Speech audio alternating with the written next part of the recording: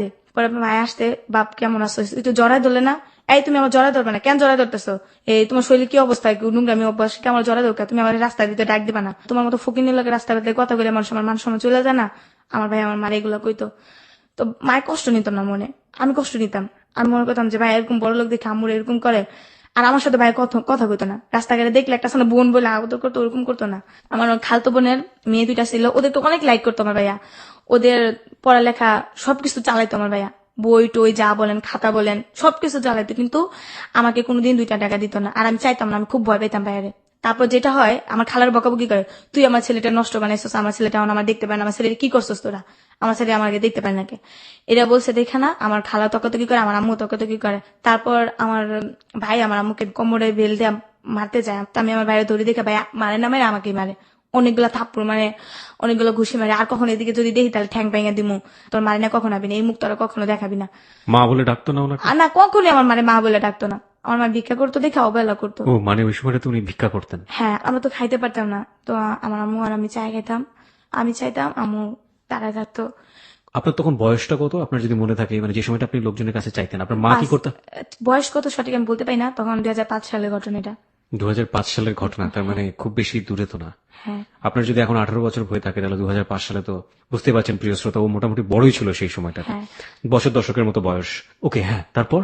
তারপর ভিক্ষা করতে গেলে সময় বাসা বাড়িতে যদি চাইতে যেতাম, তাহলে ওনারা বলতো কাজ করে খাইতে পারো না, ভিক্ষা করো কেন, তোমার আম্মুর দেখতে সুস্থ সবলে মনে হয়, কিন্তু আম্মু হাঁটতে পারতো না, অনেক কষ্ট করে হাঁটতো। এমবিবিএস ডক্টর, সে ভিক্ষা করছে? বিশ্বাস যদি অনেক জায়গায় আম্মু আমাকে নিয়ে গেছে হেল্প করার জন্য, ওনার অনেক পরিচিত লোক ছিল। দেখা গেছে যে আপনার মতিঝিল টিএনটি কলোনি আসছে না, ফকিরাপুল, ওইখানে একটা আমার মামা ছিল। তো আমার মামা একটা সরকারি জব করে, উনি ওই কোয়ার্টার পাইছে। আমার আম্মুর কিন্তু তখনও ব্রেন ভালো। আম্মু আমাকে নিয়ে যায়, নিয়ে যাওয়ার পর তো ওইখানে কলোনিতে আমাদের ঢুকার পর আমার মাম্মি যেটা, উনি আমাদের এই অবস্থা দেখা উনি আমাদেরকে ঘরে নেয় না। উনি বলে তুমি নিচে বসো, এই সিঁড়িতে থাকবা, আমি খাওয়া দাওয়া যা যা লাগে ব্যবস্থা করুন, কিন্তু তখন আমাদের হেল্প করে না। আপনার মার একটা মানসিক বিকলাঙ্গ অবস্থা তৈরি হয়েছিল সেই সময়টাতে, আসলে উনি এমবিবিএস থাকলেও ওনার কিছু করার নেই, কারণ উনি তো মানসিকভাবে অপ্রকৃতস্থ। প্রিয় শ্রোতা, আপনাদের সবার দৃষ্টি আকর্ষণ করছি, আজকে মণি আছে আমাদের সঙ্গে।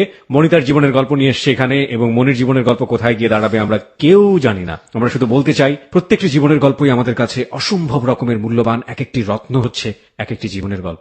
হ্যাঁ মণি, তারপর একদিন হয় আমরা আমাদের ওইখানে এক জায়গায় যাই চাইতে, আমি আবার একটু খেলার অভ্যাস ছিল বেশি, তো যাওয়ার শেষে একটু খাওয়া দাওয়া হয়েছে, একটা বাসা আমাদের খাইতে দেয়। ওই দিনকে আবার ওনার বিয়ে বাড়ির অনুষ্ঠান ছিল, খাওয়ার পরে ক্লান্ত হয়ে যায় আমার আম্মু। তো আমার আম্মু এক গাছের নিচে বসে থাকে, আমি একটা মেয়ের সাথে খেলতেছিলাম। মেয়েটা বলে তোমরা কি করো, আমরা বলি আমরা চা খাই। তোমাদের এখানে বাড়ি আছে? হ্যাঁ আমাদের এখানে বাড়ি আছে।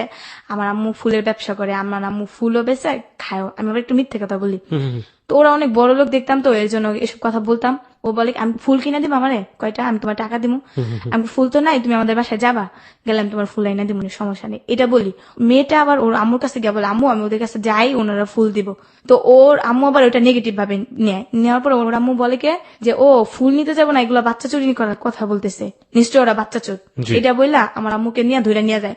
আমার আম্মুকে ধইরা আমার আম্মুকে অনেক টর্চারিং করে ভাইয়া, এতটাই টর্চারিং করে, আমার আম্মুর গায়ে হাত তুলে 2টা লাঠি দেওয়া, ওরা পিটায়। আমার আম্মু এমনি তো অসুস্থ, আরো পিটায় আমার আম্মুরে। আর আমাকে বলে স্বীকার কর তোরা বাচ্চা চুরি করস, স্বীকার কর। যতই বলতেছি যে না আমার আম্মু বাচ্চা চুরি করে না, কিন্তু কেউ বিশ্বাস করে না। পরে স্বীকার কর, তাহলে তোর আম্মুরে মারবো না। তারপর আমি বাধ্যতামূলক স্বীকার করি, হ্যাঁ আমার আম্মু বাচ্চা চুরি করে, আমি এরকম এরকম মেয়ে নিয়ে যায়, আমার আম্মু চুরি করে, এগুলো আমি বলি। দেখতেছি যে আমার আম্মুর মারতেছে, তা আমার আর করার কিছু উপায় না। আম্মু আমার বলতেছে মিথ্যা কথা বলতেছে, সত্য কথা বলো, ওনারা আমার কি মারধর করবো। তারপরে ওরা আমার আম্মুকে মারধর করে, বলে যে ও বাচ্চা মানুষ বলছে এটাই সত্য।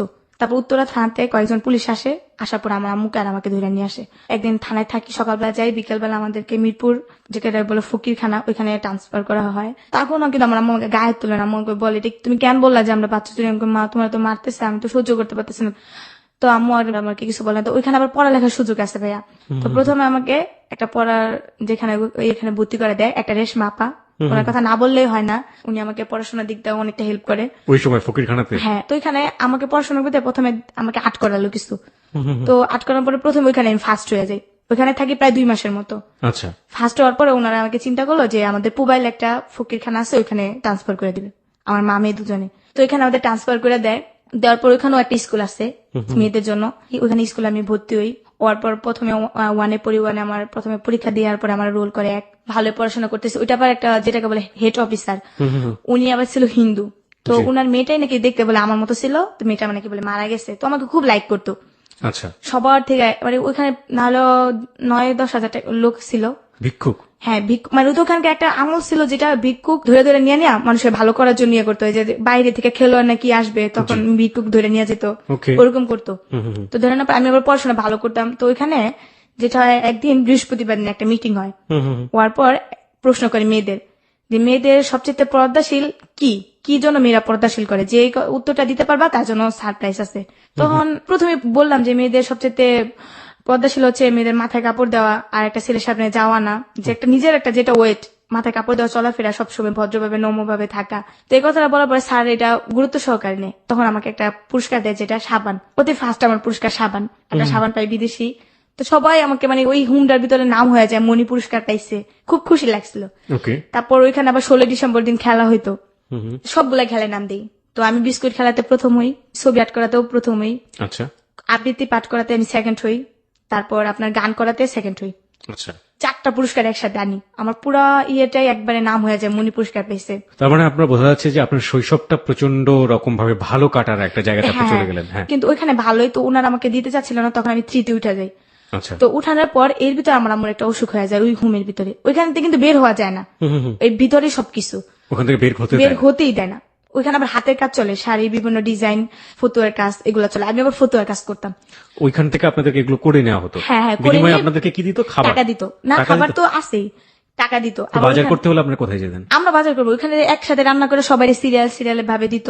আচ্ছা, টাকাগুলো কি করতেন আপনারা? আর আমরা যে টাকা, ওই টাকা হাতে রেখে দিতাম। তারপর দেখা গেছে একটা দোকান আসছে আপনার, ওখান থেকে কি কেউ ভালো হয়ে তাকে ছেড়ে দিত পরবর্তীতে? ভালো তো হইতেই দিত না। যেমন আপনাকে ধরে নিয়ে গেছে, তো আপনার একজন আত্মীয় স্বজনের মাধ্যমে আপনাকে আসতে হবে ওইখান থেকে আপনার হেড অফিসে যাইতে হবে তেজগাঁ থেকে আপনার বনসই কইরা ওইখান থেকে ছাড়াই নিয়ে আসতে হবে আত্মীয় স্বজনের মাধ্যমে। আর যদি মেয়ে থাকে, দেখা গেছে মেয়েদেরকে আপনার বড় একটা ভালো চাকরি দিয়ে শেষ পর্যন্ত বিয়ে বের করে দিবে। তারপর আমার আম্মু একটা প্রচন্ড রাখার অসুখে পড়ে যায়, পাতলা পায়খানা যেটাকে বলে। ওই পর আমার আম্মুকে ডাক্তারে নেওয়া ট্রিটমেন্ট করা হয়, কিন্তু আমার আম্মু ভালো হয় না। তারপর আমার আম্মুকে কি করে, জিজ্ঞেস করে যে তোমার কেউ আছে নাকি, আমার আম্মুকে ঠিকানা বলতে বলে। আমি বলি আমার আম্মু ততটা নেই, আমার চট্টগ্রাম আছে। আমি বলছি টঙ্গী, যেটাকে একটা ঠিকানা আছে নিরসপাড়া বললাম। বলার পর উনি ওই ঠিকানা অনুযায়ী আমার খালাম্মার বাসায় গেল। আমার খালাম্মা এই 2 বছরের ভিতরে নাকি অনেক বিস্তারিত আমাদের, বাট কোনো খবর পাই নাই। তো যখন আমার খালাম্মা শুনছে, তখন আমার খালা আর আমার মামি আসছিল। তো আসার পর আমার খালা মামি এসে আমার দেখছে যে আমার আম্মুর খুব অবস্থা খারাপ। ও এর ভিতরে যেটা হয়, আমার আম্মু একদিন ড্যানিস খাইতে চায়। ড্যানিস খাবার একটা জিনিস, এক ধরনের ফুড। হ্যাঁ, ওটা খাইতে চায়। তখন আমার কাছে টাকা নেই, আমার আম্মুর খাবার দেখে আমার খুব কান্নাকাটি লাগতেছিল যে আমার আম্মু খাইতে চাইছে, বাঁচবো না মরবো কোনো ঠিক ঠিকানা নেই। তো আমার আম্মুকে চিরা পানির উপরে রাখতো, মানে এর বেশি কিছু খাইতে পারতো না। তো আমি কি করি, তখন আমি হাতে কাজ করি, হাতে কাজ করার পর এক ধরনের মিশিং এর কাজ ওইখানে আসে, মিশিং এর নতুনই আমি কাজ করি। তো ওই দিন 2টা পিস করার পর আমার হাতে নিডেল ঢুকে যায়। নিডেল ঢুকার পর ওই হাতে আমার অনেক জখম হয়, মানে এতটাই রক্ত হয় যেটা বলার বাইরে। তো ওইখান থেকে আমি প্রায় 200 টাকা পাই। 200 টাকা পাওয়ার পর ওই টাকা দিয়ে আমার আম্মু জিনিস এগুলো কিনে আনি, কিছু ওষুধও কিনি। তাই ওষুধ কি, যেমন বাইরে কিছু স্টাফ আছে, স্টাফদেরকে বললে উনি বাইরে থেকে জিনিস আইনা দেয়। আচ্ছা, তো স্টাফদের কিছু ঘুষ দিতে হয়। তো স্টাফদের বলছি, বলার পর স্টাফরা অনেক কিছু আনছে। আনার পর আমার খালা মামি ওরা দেখতে আসলো। তো আসার পর আমার মামিরে দেখে তো আমি খুব মানে হয়ে গেছে, আমার একটা আত্মীয় স্বজন আসছে। তো ওরা বললো যে আপনাদের বোন নিতে পারেন, কিন্তু মেয়েকে আমরা দিব না। তো বললো কেন, মেয়েটা অনেক ভালো স্টুডেন্ট, এই মেয়েটার ভবিষ্যৎ আমরা নষ্ট হতে দিব না। কারণ আপনার যেটা শুনছি, ওর বাপ মা কেউ নাই, মা থেকেও নাই, মা একজন অসুস্থ, জানি না কি করবে মেয়েটার বয়সে। তো আমরা চাই ওকে দিব না, ওকে আমরা ভালো কোনো জবে দিয়ে দিব, আমরা মেয়েটাকে দিতে পারবো না। তো আমার আম্মু বলে আমার মেয়ের স্যার আমি কখনো যাবো না, আমার মেয়ে বাঁচতে হলে মা মেয়ে একসাথে বাঁচবো, আর মরতে হলে আমরা মা মেয়ে 2জনই মরবো। আমাকে ছাড়া তো আর আমার মাকে বাঁচানো সম্ভব না, একমাত্র আমি আমার আম্মুকে দেখি। তো আমার খালারা বললো যে না দেখেন স্যার, ওনার তো শেষ সম্বল ওনার মেয়েটাই, তো একটা যে কোনো একটা করেন। তো স্যারের আমাকে দিতে চায়নি, কারণ ভালো একটা স্টুডেন্ট, ছাড়াদের একটা খুব ভালো একটা হয়ে গেছে। এই যে ফকিরখানার বর্ণনাটা আপনি দিচ্ছেন, এই ফকিরখানাটা কোথায়? এটা পুবাইল চৌধুরী পাড়া।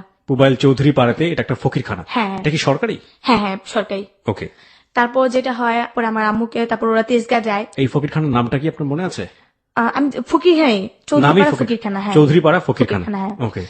তারপর আমার আম্মু আর আমাকে নিয়ে আসে ওইখান থেকে, একটা ট্যাক্সি কাপ ওরাই ভাড়া করে দেয়। তারপর ওরা বলে দেখেন মেয়েটার ভবিষ্যৎ নষ্ট হইতে দিয়েন না, যদি কোনো সমস্যা পড়েন আপনারা আমাকে জানাবেন, আমরা মেয়েটা যা কিছু করার করবো, তারপর মেয়েটার ভবিষ্যৎ নষ্ট হইতে দেন না। তারপর যেটা হয়, রোজার মাস, আমার আর আমার আম্মুকে ট্যাক্সি কাপ করে আমাদের নিরসপাড়া আনে, তো রাখবে কোথায় আমাদের? খালা একজন আপনার ছেলে নিয়ে থাকে, আমার ভাইয়াও থাকে, 2 ছেলে নিয়ে ধরতে গেলে থাকে, তো ওইখানে আমাদের উঠালো। আমার আম্মু তো প্রায় বিছনায় পড়া, তো আমার আম্মুকে মানে বাঁচার কোনো কায়দাই নেই আমার আম্মুর। ওই যে একটা কেন অসুখই পড়ে গেল আম্মু। আর আমার আম্মু তো সবসময় বড় লোকের তো বলতেই পারেন যে ভালো পরিবেশে থাইকা অভ্যাস, এগুলো আর কেউ ওনার সহ্য হচ্ছে না। তারপর একটা মানে এতটাই অসুস্থ হয়ে গেছে যা বলার বাইরে। তারপর আমার আম্মুকে চিকিৎসা করানো হয়নি, আম্মুকে ভালো করে গোসল টোসল করায় ভালো কিছু খাবার দাবার করাইতে দিল, আমি আমার আম্মুর সেবা যত্ন করতাম। তো রোজার মাসে যেই শুনছে আমরা আসতে, আমার ভাই আর আসেনি আমাদের দেখতে, আমার ভাই চলে গেছে। বুঝি নাই, কোথায় আসলো আপনার ভাই? মানে আমাদের তো নিয়ে আসলো, আমার ভাইয়া গাড়িতে ছিল। থাকার পর আমার খালাম্মাতে শুনছে, খালাম্মার বাসায় গেছে। কোথায় নিয়ে গেল আপনাদেরকে? আমাদের নিয়ে গেছে আমার ছোট খালার বাসায়। আর ওইখানে আসতে আমার মেজু খালার বাসায় গিয়া বললো যে তোর আম্মু আসছে, তুই তোর আম্মুকে দেখতে। আপনার ভাই থাকতো মেজু খালার বাসায়, আপনারা গেছেন ছোট খালার বাসায়, রাইট? ছোট খালার বাসায় থাকতো আমার ভাইয়া। তো আমার ভাইয়া গাড়ি চালাইতে গেছে, তো ওই দিনকে নামছে গাড়ি থেকে। আমার পর সরাসরি আমার মেজু খালার বাসায় গেছে। মেজু খালার বাসায় যাওয়ার পর মেজু খালা বললো যে এমন এমন তোর মা আসতে, এমন এমন আমরা এমন জায়গা থেকে আসছি। তারপর এই কথা শুই না, ও আর আমাদের দেখতে আসেনি, ও ওই দিক দিয়ে চলে গেছে। চলে যাওয়ার পর আমরা তো বাইরে দেখবো, আমার আম্মুর কত আশা বাইরে দেখবে, তো ভাই আর আসেনি। তো আমরাই বসে আসি, আসে না খবর নেই, 2-3 দিন চলে যায় আর আসে না। খালামাও আমাদের অতটা কেয়ার করে না, খালামা ছোট খালা করে তো করে না, মানে কিরকম হেলা হেলা করে। হ্যাঁ, এরকম করতে পারছি না। আমার মা আবার এক কথা সহ্য হয় না, আমার আম্মু খুব একটা ধরতে পারে রাগী লোক, অনেক রাগী, খুব জিদি। ওনার একটা কথা বলে ওনার সহ্য হয় না। তো ওনার কথা যে সারা জীবন কামাই করে তোদের খাওয়াইছে, এই বিপদের সময় তোরা যদি আমার না দেখেছ আমি কোথায় যাবো? তারপর আমার আম্মুকে অতটা ইয়ে করে না, তো আমার আম্মু কি করে, ঝগড়া করে ওদের সাথে, সুস্থ হয়ে যায়। সুস্থ হওয়ার পর বের হয়ে আসে, তারপর আবার আমরা এই যে রাস্তায় থাকা শুরু হয়ে যায়। রাস্তায় থাকি, আম্মুর সাথে ভিক্ষে করি, এখানে ওখানে থাকি। আপনাদেরকে কি তাহলে ওই ফকিরখানা থেকে বেরই করে দিল? হ্যাঁ, আপনাদেরকে এক পর্যায়ে ফকিরখানা থেকে বের করতে চাচ্ছিল না, আবার আম্মার অসুখের কারণে আপনাকে শেষ পর্যন্ত আপনাদেরকে খালার বাসায় দিয়ে আসলো। আচ্ছা, তারপরে আপনার যেটা হলো যে ওইখানে আপনার আম্মু ঝগড়া করলো, ঝগড়া করার পরে হলো না, ওখানেও এক ধরনের টানাপোড়েনের লাইফ, এবং শেষ পর্যন্ত আবার সেই ভিক্ষার জীবনে ফিরে গেলেন। হ্যাঁ, তারপর যখন ভিক্ষে করতাম, যেটা হয়, আম্মু ভিক্ষে করতাম, আমার খুব শরম লাগতো। টুঙ্গি বাজার, আমরা নিচে থাকি। তবে যেসব লোকরা দেখছে ওদের সাথে ইচ্ছে করলে আপনি ফোনে যোগাযোগ করতে পারেন, সমস্যা নেই। তারপর আম্মু থাকতো, আম্মুর সাথে চাইতাম। তো আবার রাত হলে, দিন হলে আম্মু চাইতো, আম্মুর সাথে চাইতাম। আম্মু ঘুমাইতো দিনে। কিভাবে চাইতেন আপনারা?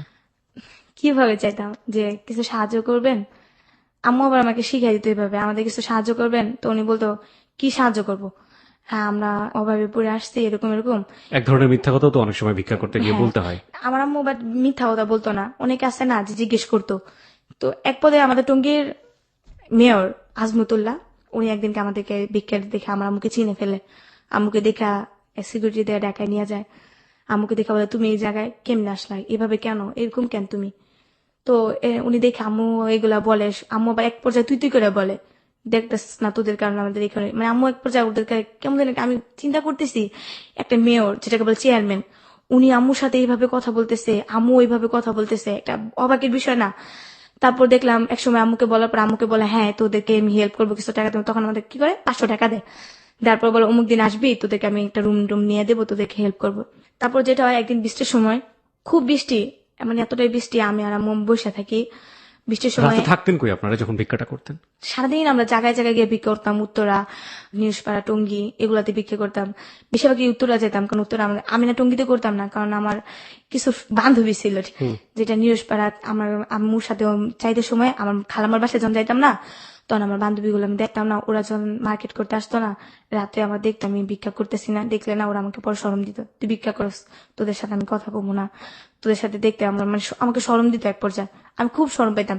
এই জন্য আম্মুরে নিয়ে আমি দূরে দূরে যেতাম, দূরে দূরে বিক্রি করতাম আমরা, কিন্তু কাছে করতাম না। তারপর রাত্রে শুয়ে থাকতাম আম্মুরে নিয়ে। তো এক সময় দেখা যায়, শুয়ে থাকতেন টঙ্গী বাজার, বাজারের মধ্যেই? হ্যাঁ, বাজারের মধ্যে শুয়ে থাকতাম। সমস্যা হতো না কোনো? আসলে একটা যুবতী মেয়ে, যুবতীও না, একটা ছোট মেয়ে বলতে পারেন, তখন আমি সাবালিকা হইনি যেটাকে বলে। দেখা গেছে একসময় শুয়ে থাকতাম, একদিন যেটা হয়েছে, তখন আমের সিজন, তখন আমরা চাইতে গিয়ে প্রায় অনেক আম পাইছি, আমাদেরকে অনেকে আম দিছে। তো আম্মুরে বলতেছি এই আমগুলো পুচা যাবো গা, কি করবো? তো অফিসে গার্মেন্টস লোক আসছে না, তা আম্মুর আমি বলতেছি আম্মু এই আমগুলো আমরা এক কাজ করতে পারি, যে আমি বিক্রি করি, কিছু টাকা হইলো কিন্তু আমরা খাইতে পারবো দুপুরে। কয় কি করবা? আমি তুমি তো রাত্রে ঘুমাও না, তুমি এখানে শুয়ে থাকো, আমি তোমার এখানে বসে বসে আম বিক্রি করি। তা আম্মু আবার আমাকে খুব কেয়ার করতো, মানে কোথাও যাইতে দিত না, মানে যাইতেই হলে না আম্মুর পারমিশন নিত আর আম্মুর সাথে যেত, বলতো যে পোলাপান ভালো। আম্মু অনেক বুঝাইতো। আর আমার আম্মু কি করতো জানেন, আমরা যে লাইব্রেরি গুলাতে ভিক্ষা করতে চাইতাম না, লাইব্রেরি দোকানটা না আমার আম্মু চায় নিত, আমাকে একটা বই দিবেন আদর্শ লিপির বই, আমাকে একটা কলম দিবেন, আমার মেয়েটাকে আমি পড়াবো। আর আরবি দোকানে যাও বলতো যে আমাদের একটা কায়দা দিবেন, আমার মেয়েটা আমি পড়াবো। তো আমার আম্মু আমাকে যখন রাত্রে আমরা অনেকটা সময় দোকান বন্ধ হয়ে যায় না, তখন আমার আম্মুকে দেখে দেখে আমাকে পড়াইতো, আমিও পড়াশোনায় মনোযোগ দিতাম, আম্মু পড়াইতো আমিও পড়তাম, আম্মু হাতে লেখা শিখাইতো, সারাদিন ভিক্ষা করতেন আর রাতের বেলায় চাওয়া বইগুলো নিয়ে আপনাকে পড়াইতো। তো আমার আম্মু বলতেছে তুমি আম্মু ব্যস্ত, তুমি এই পড়াগুলো মুখস্থ করো, আমি একটু ঘুমাই, রাত্রে আবার ঘুমাইতে হয়। তো আমি আম্মু শুয়ে আসতে আমি আম বিক্রি করতেছি, তো এক গার্মেন্টসের লোকরা আবার কিনতাম, তখন আমি দাম বেশি ছিল, গার্মেন্টসের লোক দেখা যাচ্ছে 10 টাকা 20 টাকা দিয়ে কিনে নিত, তো আমাদের 50 টাকা। আমগুলো পেয়েছিলেন কিভাবে? এগুলো বিক্রি করা চাইতাম, আমার আরো দোকানে গিয়ে চাইতেন? হ্যাঁ, আরো দোকানে চাইলে না আবার ওরা দিত, দিলে দেখা গেছে অনেকগুলো আম দিত, যেগুলো খাইতাম তো খাইতাম, আর যেগুলো থাকতো ভালো ভালো ওগুলো বিক্রি করতাম। আচ্ছা, বিক্রি করা তারপর যেটা হইতো যে ওরা এগুলো কিনা আমাদের প্রায় প্রতিদিন না হলেও 60 টাকা 70 টাকা এরকম হইতো। তো হইলে আম্মু আর আমি ওইগুলা দিয়ে দিনে হয়ে যেত। তো ওই দিনকা পড়াশোনা মানে অনেকটা পড়লাম, পড়ার পর আম্মুকে আম্মু ঘুমে ধরছে, আমি ঘুমাম। তো আম্মু আবার সজাগ হয়ে গেল, আম্মু শুয়ে রয়েছে। তো ওই দিনটা যেমন আম্মু ভিতরের দিকে শুই নেই, আমি শুয়েছি বাইরের দিকে, আম্মু শুয়েছে ভিতরের দিকে, ঠিক আছে। তো ওই দিনকে একটা লোক, ওটা উনি কলা বিক্রি করে, তো ওই দিনকা আমি শুয়ে আছি, যেমন বুঝতেই পারি একটা শোয়া কিরকম, আমি সোজা হয়ে শুয়ে আছি। তো উনি আমাকে কি করে যাওয়ার সময় টাচ করে, সেটা বলে অনেক মানে প্রচন্ড আকারে টাচ করে।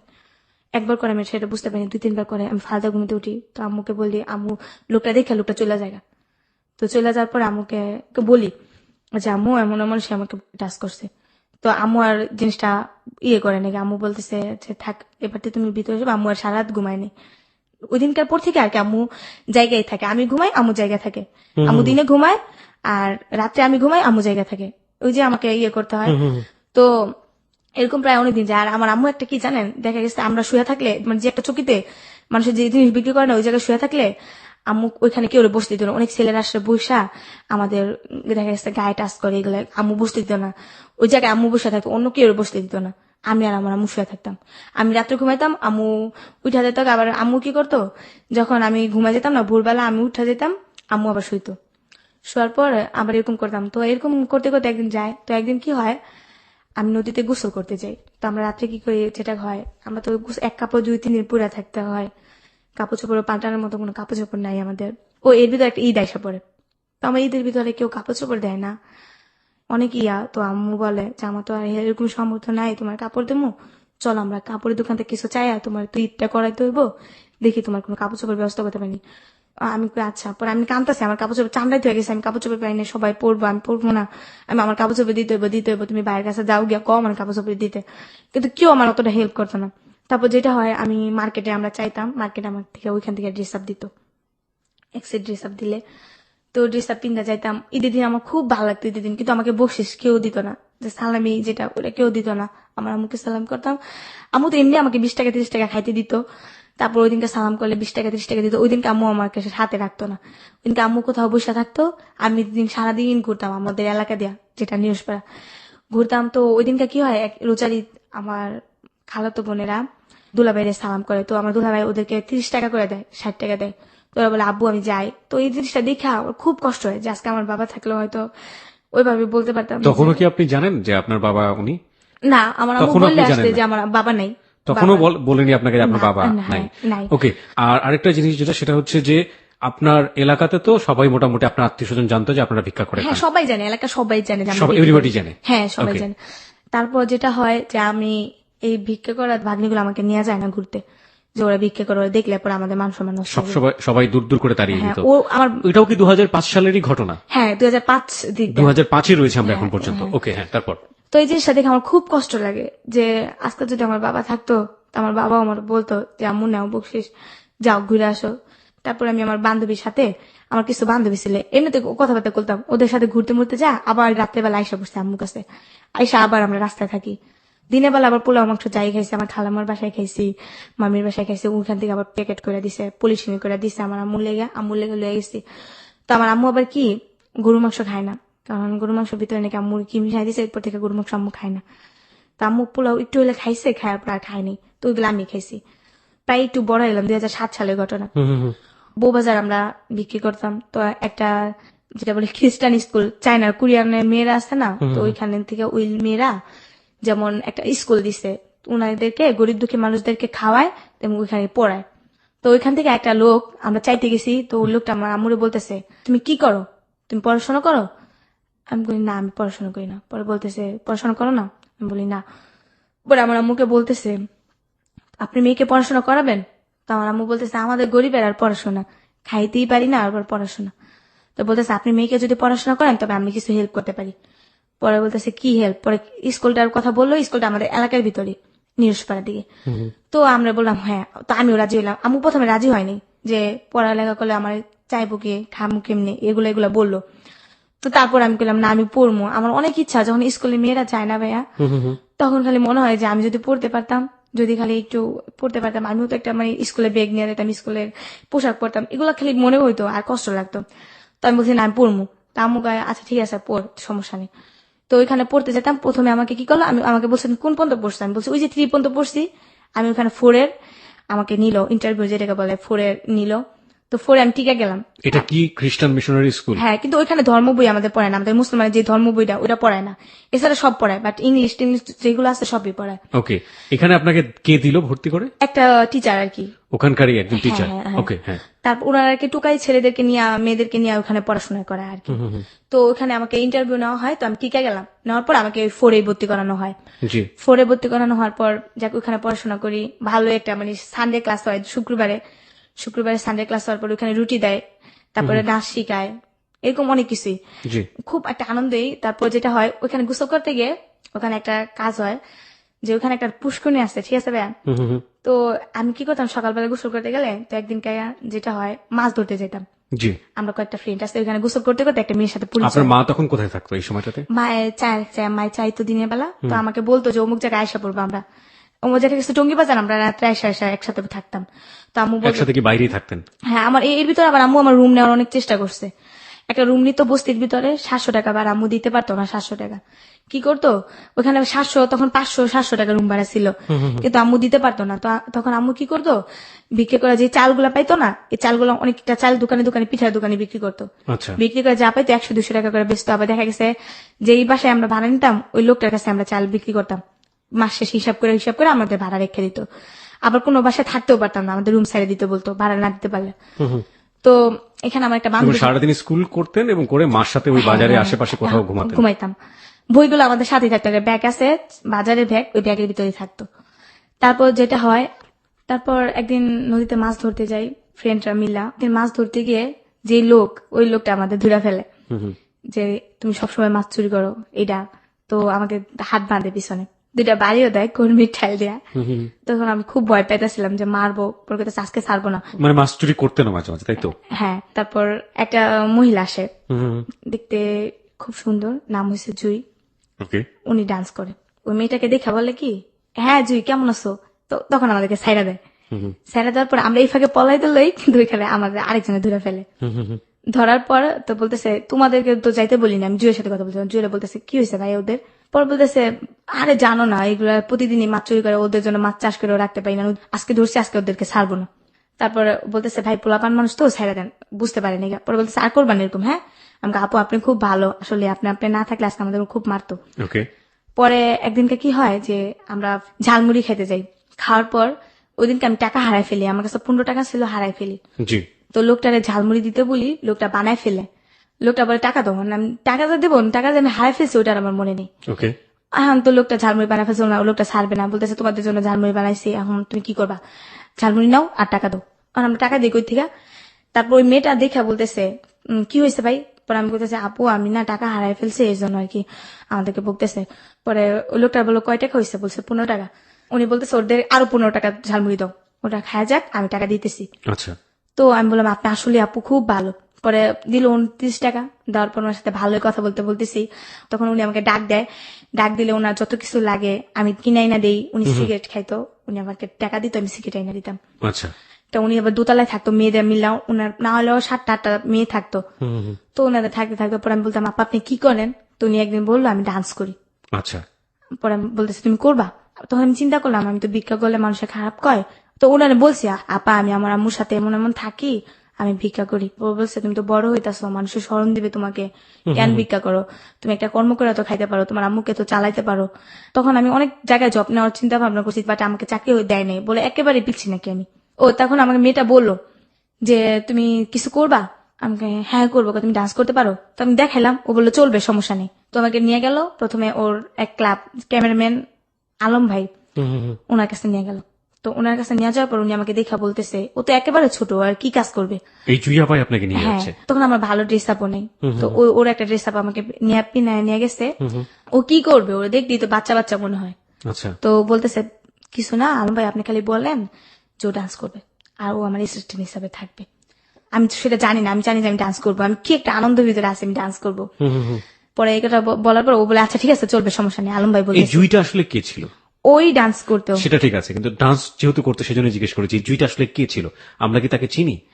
না না, ও অতটা উজ্জ্বলতা না, অতটা মানে পরিচিতও না। হ্যাঁ হ্যাঁ হ্যাঁ, মানে শুধু ডান্স করতো? শুধু ডান্স করতো। উনি ডান্স কোথায় করতো, মানে কাউকে শেখাতো নাকি না, কোন সিনেমাতে করতো না নাকি? সিনেমাতে না, দেখা যাচ্ছে বিভিন্ন ধরনের বিচিত্র অনুষ্ঠান যেটাকে বলে, বিয়ে বাড়ির অনুষ্ঠান, যাত্রা, মানে মানুষের বিভিন্ন জায়গায় গিয়ে যে জায়গায় নাচাগুলো অনুষ্ঠান, করা হয়, হ্যাঁ। অনুষ্ঠানগুলোতে ও হ্যাঁ, নাচতো? হ্যাঁ। আচ্ছা ঠিক আছে। তারপর ওখানে আমার নিয়ে যায় অতি ফাস্ট। আচ্ছা। তো তখন আমি যাই রাজশাহী দুর্গাপুর একটা জায়গায় যাই। তো ওরা নিয়ে ওরা সবাই আর কি মেকআপ করার পর তো ওরা স্টেজে যায়, তখন আর আমাকে মেকআপ করায় না। তো আমি চিন্তা করতেছি যে ওরা মেকআপ করছে, আমিও তো নাচবো, তো আমাকে মেকআপ করায় না কেন। পরে ওদের নাচতেছে, তো আমি বলছি জুয়াপা আমি কি ডান্স করবো না? হ্যাঁ করবি, তুমি আজকে না কালকে করবা। তো কালকেও আসলো, কালকেও না। আমি জিজ্ঞেস করার আগেই না, যে মালিকের আন্ডারে আমরা গেছি, তো ওই লোকটা বলতেছে তোমার রান্না করা লাগবে। তো আমি তো রান্না করতে পারি না, যে বড় বড় পাতিল, এর ভিতরে কিন্তু যে আমি কিন্তু পলাই গেছি, আমার আম্মু কিন্তু আমাকে বিস্তারিতেছে, পাগল হয়ে গেছে আমি যে বিস্তারিতেছে আমার আম্মুকে। আচ্ছা, একটা জিনিস সেটা হচ্ছে যে প্রথমত আপনি আপনার আম্মুকে বলে যাননি এরকম একটা বয়সে। আরেকটা ব্যাপার যেটা, সেটা হচ্ছে যে আপনি কি নাচ করবেন না, এটা যে আপনি জুইকে জিজ্ঞেস করছিলেন, আপনি কি সেই সময় নাচ শিখেছেন? এই টিভিতে দেখতাম মানুষের ডান্স করতো, মানে একটা ছোট বয়স, আমি পারি আর না পারি আমি স্টেজে নাচবো, স্টেজে নাচবো, এরকম একটা ব্যাপার। আনন্দ একটা অন্যরকম ছিল। ওকে, হ্যাঁ, তারপর ওই মালিক বলতেছে তোমার রান্না করা লাগবে। তো আমি বলতেছি আমি তো রান্না করতে পারি না, আমি কিভাবে রান্না করব। পরে আমাকে বলতেছে না করতেই হবে, আমি আমার তো রান্না করার জন্য আনে নাই, আমাকে বলছে আমি ডান্স করব। পরে মেয়েটা বলতেছে কিসের ডান্স, তুমি আমার সাথে অ্যাসিস্ট্যান্ট হিসাবে আসছো। তো তখন আমি খুব কান্নাকাটি করি, যেহেতু অচেনা একটা মেয়ের সাথে আসছি, ভয় লাগতেছে কিভাবে কি করব। আমি রান্না করি। তো একটা মেয়ে ছিল লিপি নাম, উনি যাত্রাবাড়ি থাকে, উনি আমার গুরু, সবসময় ওনার আমি মানি। উনি আমাকে অতি ফাস্ট মেকআপ করে, আমাকে অতি ফাস্ট মেকআপ মানে বুঝলাম না। মানে তখনই আমাকে মেকআপ করায়, ও বলে যে ও পারবে। আচ্ছা। তো ওই মেয়েটা নাচতো না, আমি ওর গানে শুনে না আমি বাইরে নাচতাম, তো আমার ডান্স গুলো কয়েকজন ফলো করে।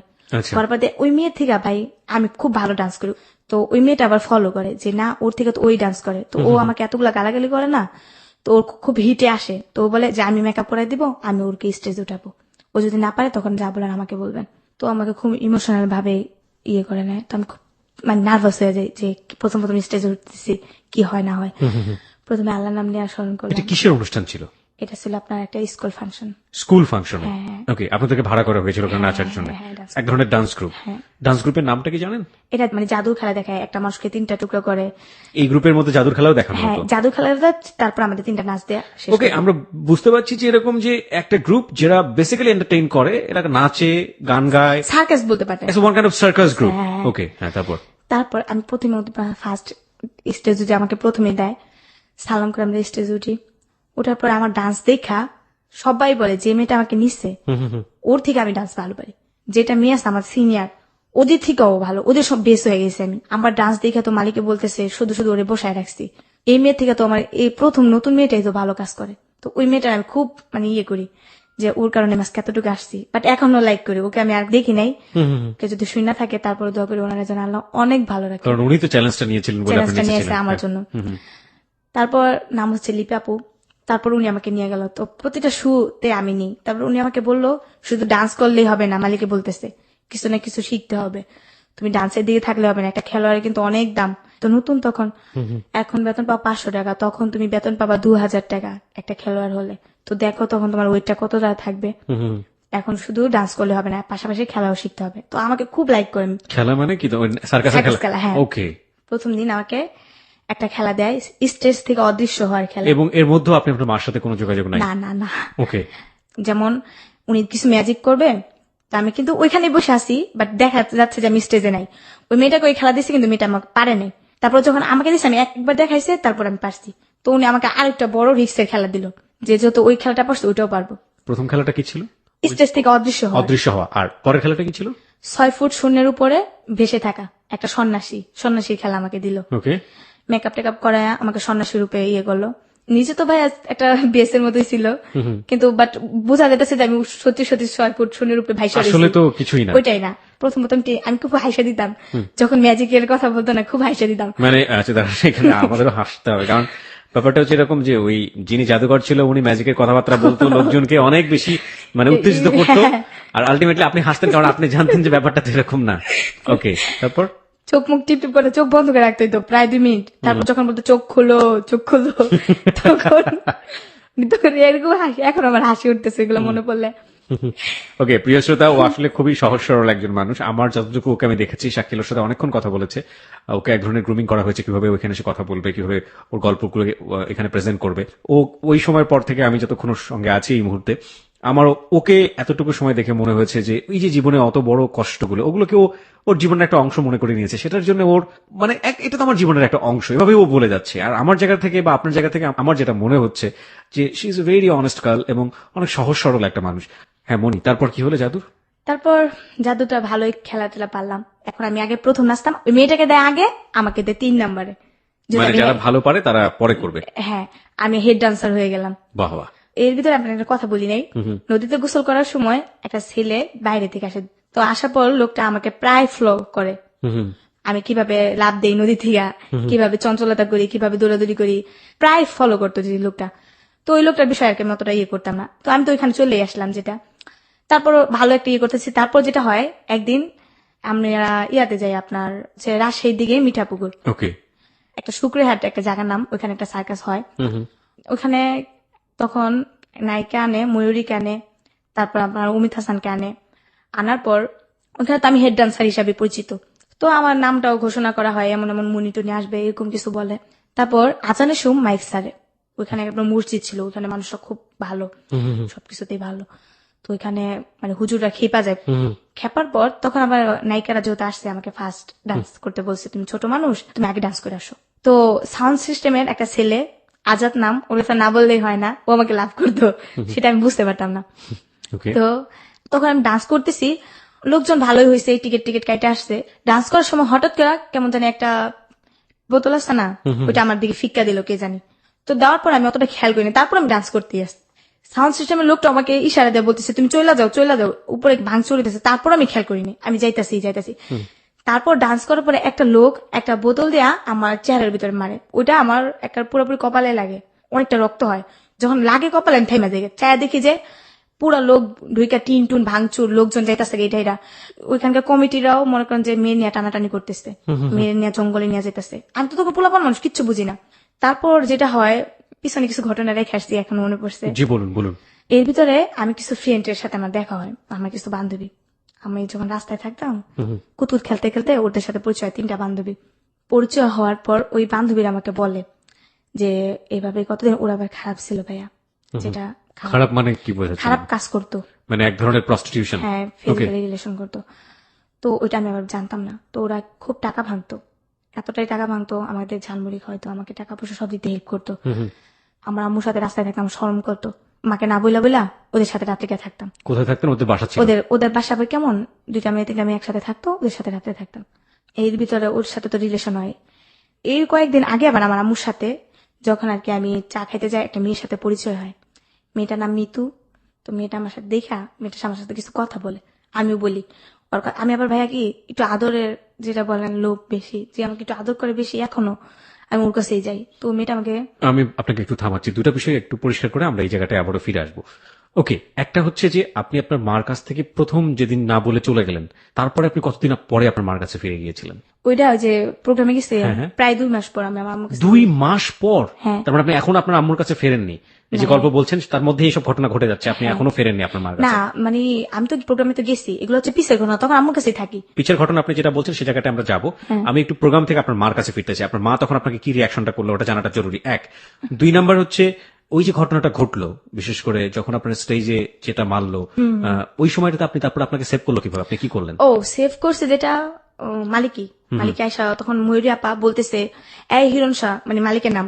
ময়ূরী মানে কোন ময়ূরী? নায়িকা ময়ূরী আপা। আমাদের সিনেমার নায়িকা ময়ূরী? হ্যাঁ ময়ূরী আপা। উনিও এইসব পারফরমেন্স, এইসব হ্যাঁ উনি স্টেজ প্রোগ্রাম করে। ওকে, উনি কি আপনাদের লিডার ছিলেন ওই মুহূর্তে? লিডার বলতে কি, উনি একটা নায়িকা মানুষ না, উনিও তো ডান্স করার জন্য উঠছিল, ওনাকে দেখতে জন্য টিকিট কাটছিল, সার্কাসে আসে নায়ক মন। ও সবাই ওনাকে দেখার জন্য টিকিট কাটছিল ওইটাই। তো ময়ূরাপা খুব ভালো, যেটা আমি ওনার সাথে চললেই বোঝা যায় যে উনি কোন ধরনের। ময়ূরাপা এই হিরণ শাহ তোর মেয়েদের কাকে সেভ কর, মেয়েদের তো টাইনা নিয়ে যেতেছে, দুইটা মেয়ে অলরেডি টাইনা নিয়ে গেছে, ওই যে জুই ও আরেকটা মেয়েকে টাইনা নিয়ে গেছে অলরেডি, দুইটা গাড়ি মনকে ভাঙচুর করছে ওনার। তো ময়ূরাপার ড্রাইভার ফোন করেছে, আপা কি করবো, গাড়ি তো ভাঙা ফেলতেছে, কি করবো? বলতেছে তুমি গাড়ি নিয়ে একটু সামনে যাও, আমি আসতেছি। তারপর ময়ূরাপা ওইখানকার এলাকার যেটা রংপুর, এখন মনে হচ্ছে রংপুর, যেগুলা মিঠাপুকুরে যে পুলিশগুলো আসতো ওনাদেরকে ফোন করে, ওনারা আবার আস্তে আস্তে একটু লেট হয় আর কি। তারপরে আমি ময়ূরাপুর একটা খালাম্মা আর ওনার সাথে একজন যায়, উনি, তারপর অন্তরা, আমিল আর মালিক হিরণ সাবাই, ওনারা যাই গিয়ে একটা প্রফেসরের বাসায় উঠি।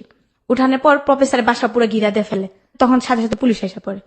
পুলিশের কারণে আর কি এনজাম করতে পারি না অতটা, দুইটা মেয়ে তো অলরেডি নিয়ে গেছে। তারপর ওই দুইটা মেয়েকে পাইছে, এটা পরে ময়ূরাপা বলে এখানে আমার প্রোগ্রাম করা অসম্ভব, আমার জীবনে নিরাপত্তা নাই, এখানে আমি প্রোগ্রাম করবো না। আচ্ছা, তখন ময়ূরাপা চলে যায়, প্রায় 15 দিনের মতো মাঠটা বন্ধ থাকে, ওইখানে আমাদের থাকতে হইতেছে, ওইখানে শাকলতা পাতা টুকায় টাকায় খাইতে হইতেছে। তো এর ভিতরে ভাইয়া পিছনে আরেকবারই যাইতে হয়। আচ্ছা, যেটা হয় ওই যে আমি যে ছেলেটা বলছিলাম না যে আমাকে টাকা থাকতো, তো ওই যে আমার মেয়ে একটা বন্ধু ছিল, ওই মেয়েটার সাথে আমি কথাবার্তা বলার পর আরেকটা মেয়ের সাথে দেখা হয়, উনি ওনার হাজবেন্ড একজন ফর্মা মানে পুলিশের কাছে ইনফরমেশন করে। ওকে, সো হি ইজ আ ফর্মা। প্রিয় শ্রোতা, এখানে গল্পটা একটু জট পাকাচ্ছে, আপনারা একটু ঠান্ডা মাথায় জিনিসগুলোকে লক্ষ্য রাখবেন। ও বারবার ফ্ল্যাশব্যাকে যাচ্ছে এবং সেটা এই গল্পের প্রয়োজনই খুব বেশি প্রয়োজনীয়। একটা যেটা হচ্ছে যে ও একটা স্টেজে পারফর্ম করতে গিয়েছে এবং সেখানে কিন্তু ওর মাকে কিছু জানিয়ে যায়নি, এটা 2 মাসের একটা ব্যাপার। সুতরাং ওর মার কাছে কিভাবে ফিরে গেল এবং মা কি রিয়াকশনটা জানালো, এটা জানা আমাদের জন্য খুবই জরুরি।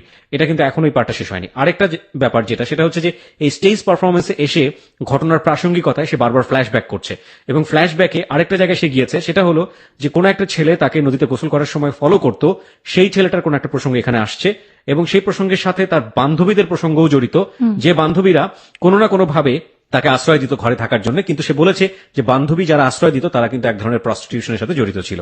হ্যাঁ, এবার বলেন। যে ফর্মার বউ যেটাকে বলছি, উনির সাথে আমার দেখা হয়। এটা আপনার বান্ধবীর বান্ধবী ছিল? হ্যাঁ ছিল। নদীতে গোসল করতে গিয়ে আমরা দুইটা বান্ধবী, হাসিনা নাম, ও আর আমি গোসল করতে যাই, দেখা হয়, দেখি উনি একা একা বসে আছে। তো আমরা বলতেছি আপু আপনার কি মন খারাপ? না আর কিসের মন খারাপ, এমনি বসে আছে। উনি বলতেছে এই ঘটনার সাথে এই ঘটনার কি যোগ, কোনো যোগ কি আছে? হ্যাঁ যোগ আছে, এই জন্য বলতেছি। ওনার সাথে প্রায় অনেকক্ষণ কথা হয়, কথা হওয়ার পর উনি আমাদেরকে ওনার বাসায় নিয়ে যায়। তখন আমরা সারাদিন না খাইছিলাম ভাইয়া। তো ও কিছু কাজ টাজ করতে পারে না, যেটা বলে ফিজিক্যাল রিলেশন করতে পারে না, ও খাইতেও পারে না। তখন কিন্তু আমি জানতাম না ওইগুলো করে, মানে ওই শরীরের কাজ নাই তো পেটে ভাত নাই। হ্যাঁ ভাইয়া। তারপর ওই মেয়েটা নিয়ে যায় ওদের বাসায়, বৃষ্টি না মেয়েটার। ওই মেয়েটার সাথে যে ওই ছেলেটা জড়িত আমি আবার জানতাম না। কোন ছেলেটা? যে ছেলেটা যেটা আমার তাকে থাকতো জড়িত, মানে হচ্ছে ওর সাথে ফিজিক্যাল রিলেশন করে। এই ছেলেটার নাম বলেন তো কি? শাহিন। আচ্ছা, শাহিন বেসিক্যালি আপনাদেরকে তাকিয়ে থাকতো, কিন্তু শাহিনের সাথে আপনার বান্ধবীর শারীরিক সম্পর্ক ছিল, তাই তো? নাকি বান্ধবীর সম্পর্ক ছিল? বান্ধবী, যেটা আমাদের সাথে প্রথম পরিচয় হলো। এবং ওই বান্ধবী বিবাহিত ছিল? হ্যাঁ হ্যাঁ। এবং তার হাজবেন্ড ছিল হচ্ছে ফর্মা, পুলিশকে ইনফরমেশন দিত। হ্যাঁ। জটিল। হ্যাঁ, তারপর তো প্রায় মেয়েটার সাথে কথাবার্তা হয়, মেয়েটার সাথে দেখা সাথে। একটা খারাপ মেয়ে একটা ভালো মেয়ের সাথে, একটা খারাপ মেয়েও যদি হাঁটে তো বলে কিন্তু ভালো, একটা খারাপ মেয়ের সাথে যদি একটা ভালো মেয়েও হাঁটে ভাইয়া তাহলে বলে কি খারাপ। তো ও যে খারাপ ছিল আমরা জানতাম না। তো ওদের সাথে হাঁটাতে, মানে আমাদের এলাকা যেটাকে বলে বউ বাজার, ওই বাজারটা নাম করা হয়ে যায় যে আমরা, ও মেয়েটা খারাপ বৃষ্টি, ওর সাথে আমরা ঘুরি, আমরাও খারাপ। এক সময় অনেকে রাস্তাঘাটে দেখলে আমাকে বলতো যে কিছু টাকা দিয়ে আসবি। ওই ছেলেটা বলতো? ছেলেটা না, মানুষে বলতো, মানুষরা আপনাকে বলতো? হ্যাঁ। তারপর যেটা হয় ওদের ব্যাপারটা আমি যাই না যাই, জোরা এসব কাজ করে। পর একদিন মেয়েটা আমাকে বলে এইভাবে তো জীবন চলে না। এগুলো কি আপনার স্টেজ পারফরমেন্সের আগের ঘটনা? হ্যাঁ, আগের ঘটনা। পরে আমাকে বলে যে এইভাবে তো জীবন চলে না, তুমি এক কাজ করো, এই পথে নেমে যাও। তখন আপনার বয়স কত? 2008 সালের কথা। 2008 সাল মানে হচ্ছে তখন আপনার বয়স 13 থেকে 12 বছর। হ্যাঁ, আমি বলছি না আমি এগুলো করবো না। তখন বলে করো, তোমার সমস্যা কি, করো। তখন আমরা খাইতে পারতাম না ভাইয়া, তো ওই মেয়েটা অনেক ইয়ে করতো, আমাদের থাকার জায়গাও ছিল না। তো এর ভিতরে কিন্তু আমার মার সাথে আমি কথাবার্তা বলি না, ওদের সাথে থাকি। আমার সাথে দেখলে আমার সাথে কই, আমার সাথে কই আম্মা আমি এনে থাকি, আম্মা তুমি এনে থাকো, রাস্তায় আমার শরম করে, এগুলো বলতাম। আম্মা আবার আমার দিনের বেলা দেখা যেত, রাতের বেলা আমি ওদের সাথে থাকতাম, আম্মা কিছু বলতো না। তো মেয়েটা ওই যে ছেলে, ওই ছেলেকে কয় তুমি এগুলো করবা, আমি কই না আমি এগুলো করবো না। করো, দেখ বাস্তবে অনেক কিছুই করে মানুষে। তারপর আমি রাজি হই এক পর্যায়ে ওই ছেলেটার সাথে। হ্যাঁ, আমি কিন্তু ছেলেটা চিনি না, ছেলেটা আমাকে প্রথম দেখায় নাকি বলে। তার মানে আমার যেটা মনে হয়েছে যে ওই ছেলেটাই আলটিমেটলি এই মেয়েটাকে দিয়ে আপনাকে পটানোর চেষ্টা করছে। ওকে এমনকি টাকাও খাওয়াইছে আমার জন্য। ওকে। তারপর আমাকে নিয়ে যায় একটা রুমের ভিতরে, নেওয়ার পর অতি ফার্স্ট ও আর আমার ওই বান্ধবীটা যায়, আর ওই বান্ধবীটা 20 টাপু যায়, আর এই লোকটা যায় শাইন। এগুলো আপনার মা জানতো না? আমার মা এখনো বর্তমান জানে না। এখনো জানে না এগুলো? এখনো জানে না। ওকে। তারপর ছেলেটা আমাকে বলে, তো আমাকে অনেক চেষ্টা করে, যেটা ফিজিক্যালি বলে। ওকে প্রিয় শ্রোতা, ও জাস্ট যেটা বোঝানোর চেষ্টা করছে আপনারা নিশ্চয়ই বুঝতে পারবেন। পুরো ব্যাপারটা আমরা ডিটেল জানতে চাচ্ছি না, আমাকে জাস্ট একটু নর্মালি বললেই হবে যে আসলে ঘটনাটা ওই সময়টাতে কি ছিল, এনিথিং ইম্পর্টেন্ট। তারপর আমাকে চেষ্টা করে, বাট হয় না, আমি খুব কষ্ট পাই। কারণ আপনি তখন অনেক বেশি বয়স কম এবং স্বাভাবিকভাবে। হ্যাঁ, তো উনি দেখতেছে, উনি এতটাই হয়ে গেছে যে উনি নিজেকে নিজে কন্ট্রোল করতে পারতেছে না। উনি আমাকে বলে যে দেখো আমি এখন কি করবো, এখন তো আমার দরকার। তখন আমাকে বলে, আমার ওই 20 টাপু বলে, দেখো 20 টাপু একদিক আমার মাথা হাত বুলাই দিতেছে, একদিক তো এগুলো করতেছে। আপনার লাইফের ফার্স্ট এইরকম রিলেশনশিপ, এবং তাও এতগুলো লোকের সামনে, 2জন লোকের সামনে, লাইট অফ ছিল। ওকে। তারপর আমি বলি যে আমি পারবো না, আপনাকে টাকা দেওয়ার কথা বলেছে, কনভিন্স করেছে? কি পরিমাণ টাকার কথা বলেছে আপনাকে? টাকার পরিমাণ বলছে যে আমাকে 1000 টাকা দিবে। আপনি 1000 টাকা তো তখন জানেন বিশাল টাকা আপনার কাছে। বিশাল টাকা, হ্যাঁ। আর আমাকে থাকা জায়গা, ওই যে 20 টাপু থাকার জায়গা দিবে, ওদের সাথে থাকতে পারবো, খাইতে পারবো 2 বেলা। আমার চিন্তা ছিল আমি রাস্তায় থাকবো না। আমি একটু সাম আপ করতে চাই প্রিয় শ্রোতা, আমরা গল্পের যে জায়গাটায় ছিলাম, which is very very important. ও একটা সার্কাস গ্রুপের সঙ্গে যোগ দিয়েছে, তার আগে একটু ফ্ল্যাশব্যাক করছে। সার্কাস গ্রুপে কেন গেল, সার্কাস গ্রুপের সাথে ঘটনার সম্পৃক্ততা রয়েছে। সার্কাস গ্রুপে গিয়ে ও যে ঘটনাটার বর্ণনা করেছে, সেই ঘটনা এমন একটি জায়গায় দাঁড়িয়ে আছে যে কোনো একটা সন্ধ্যায় সার্কাস গ্রুপটি এক ধরনের বিশেষ মোল্লাদের দ্বারা আক্রান্ত হয়েছে, এবং সেই জায়গাটা থেকে সে ফ্ল্যাশব্যাকে তার অতীতে ফিরে এসছে। অতীতের জীবনে সে কিছু বান্ধবীর কথা বলছে, যে বান্ধবীর সাথে মিশে কোনো না কোনোভাবে সে শারীরিক সম্পর্কের জীবন বেছে নিচ্ছে, এই কারণে যে সে আলটিমেটলি খেতে পারবে এবং তাদের সাথে সে থাকতে পারবে, ঘুমোতে পারবে। কারণ তার মার সাথে যদি তাকে থাকতে হয় তাহলে বাইরে থাকতে হবে, কারণ সে এখন একটু বড় হয়ে গেছে এবং সে চায় না বাইরে থাকতে।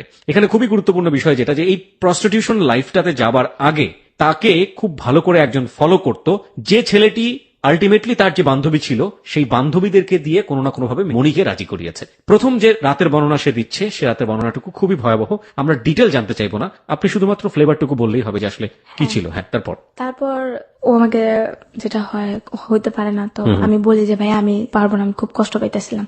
অনেক দেখতে কি মানে বয়স হচ্ছিল? না ভাইয়া, বয়স বেশি না, 28 বছর।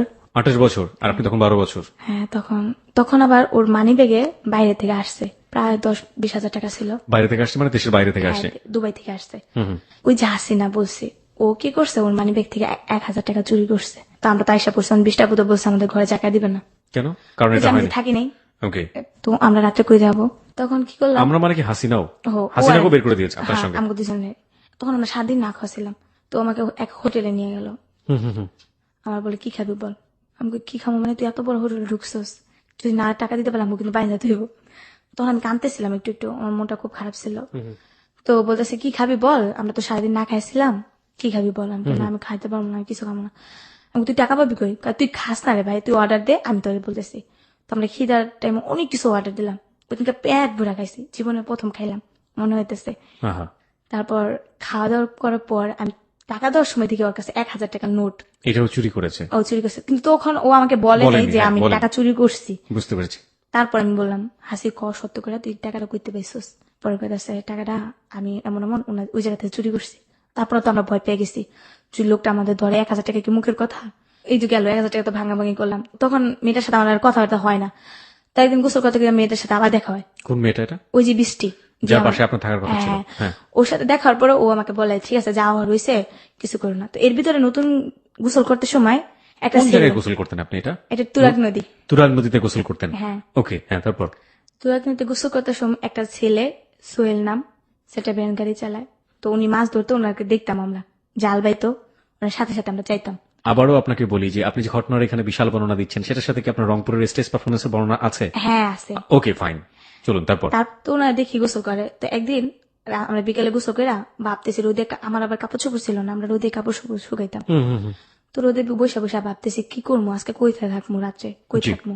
তো ও কইতেছে দেখ আজকে রাত্রে এক কাজ করতে হবে, বাইরে থাকতে হবে।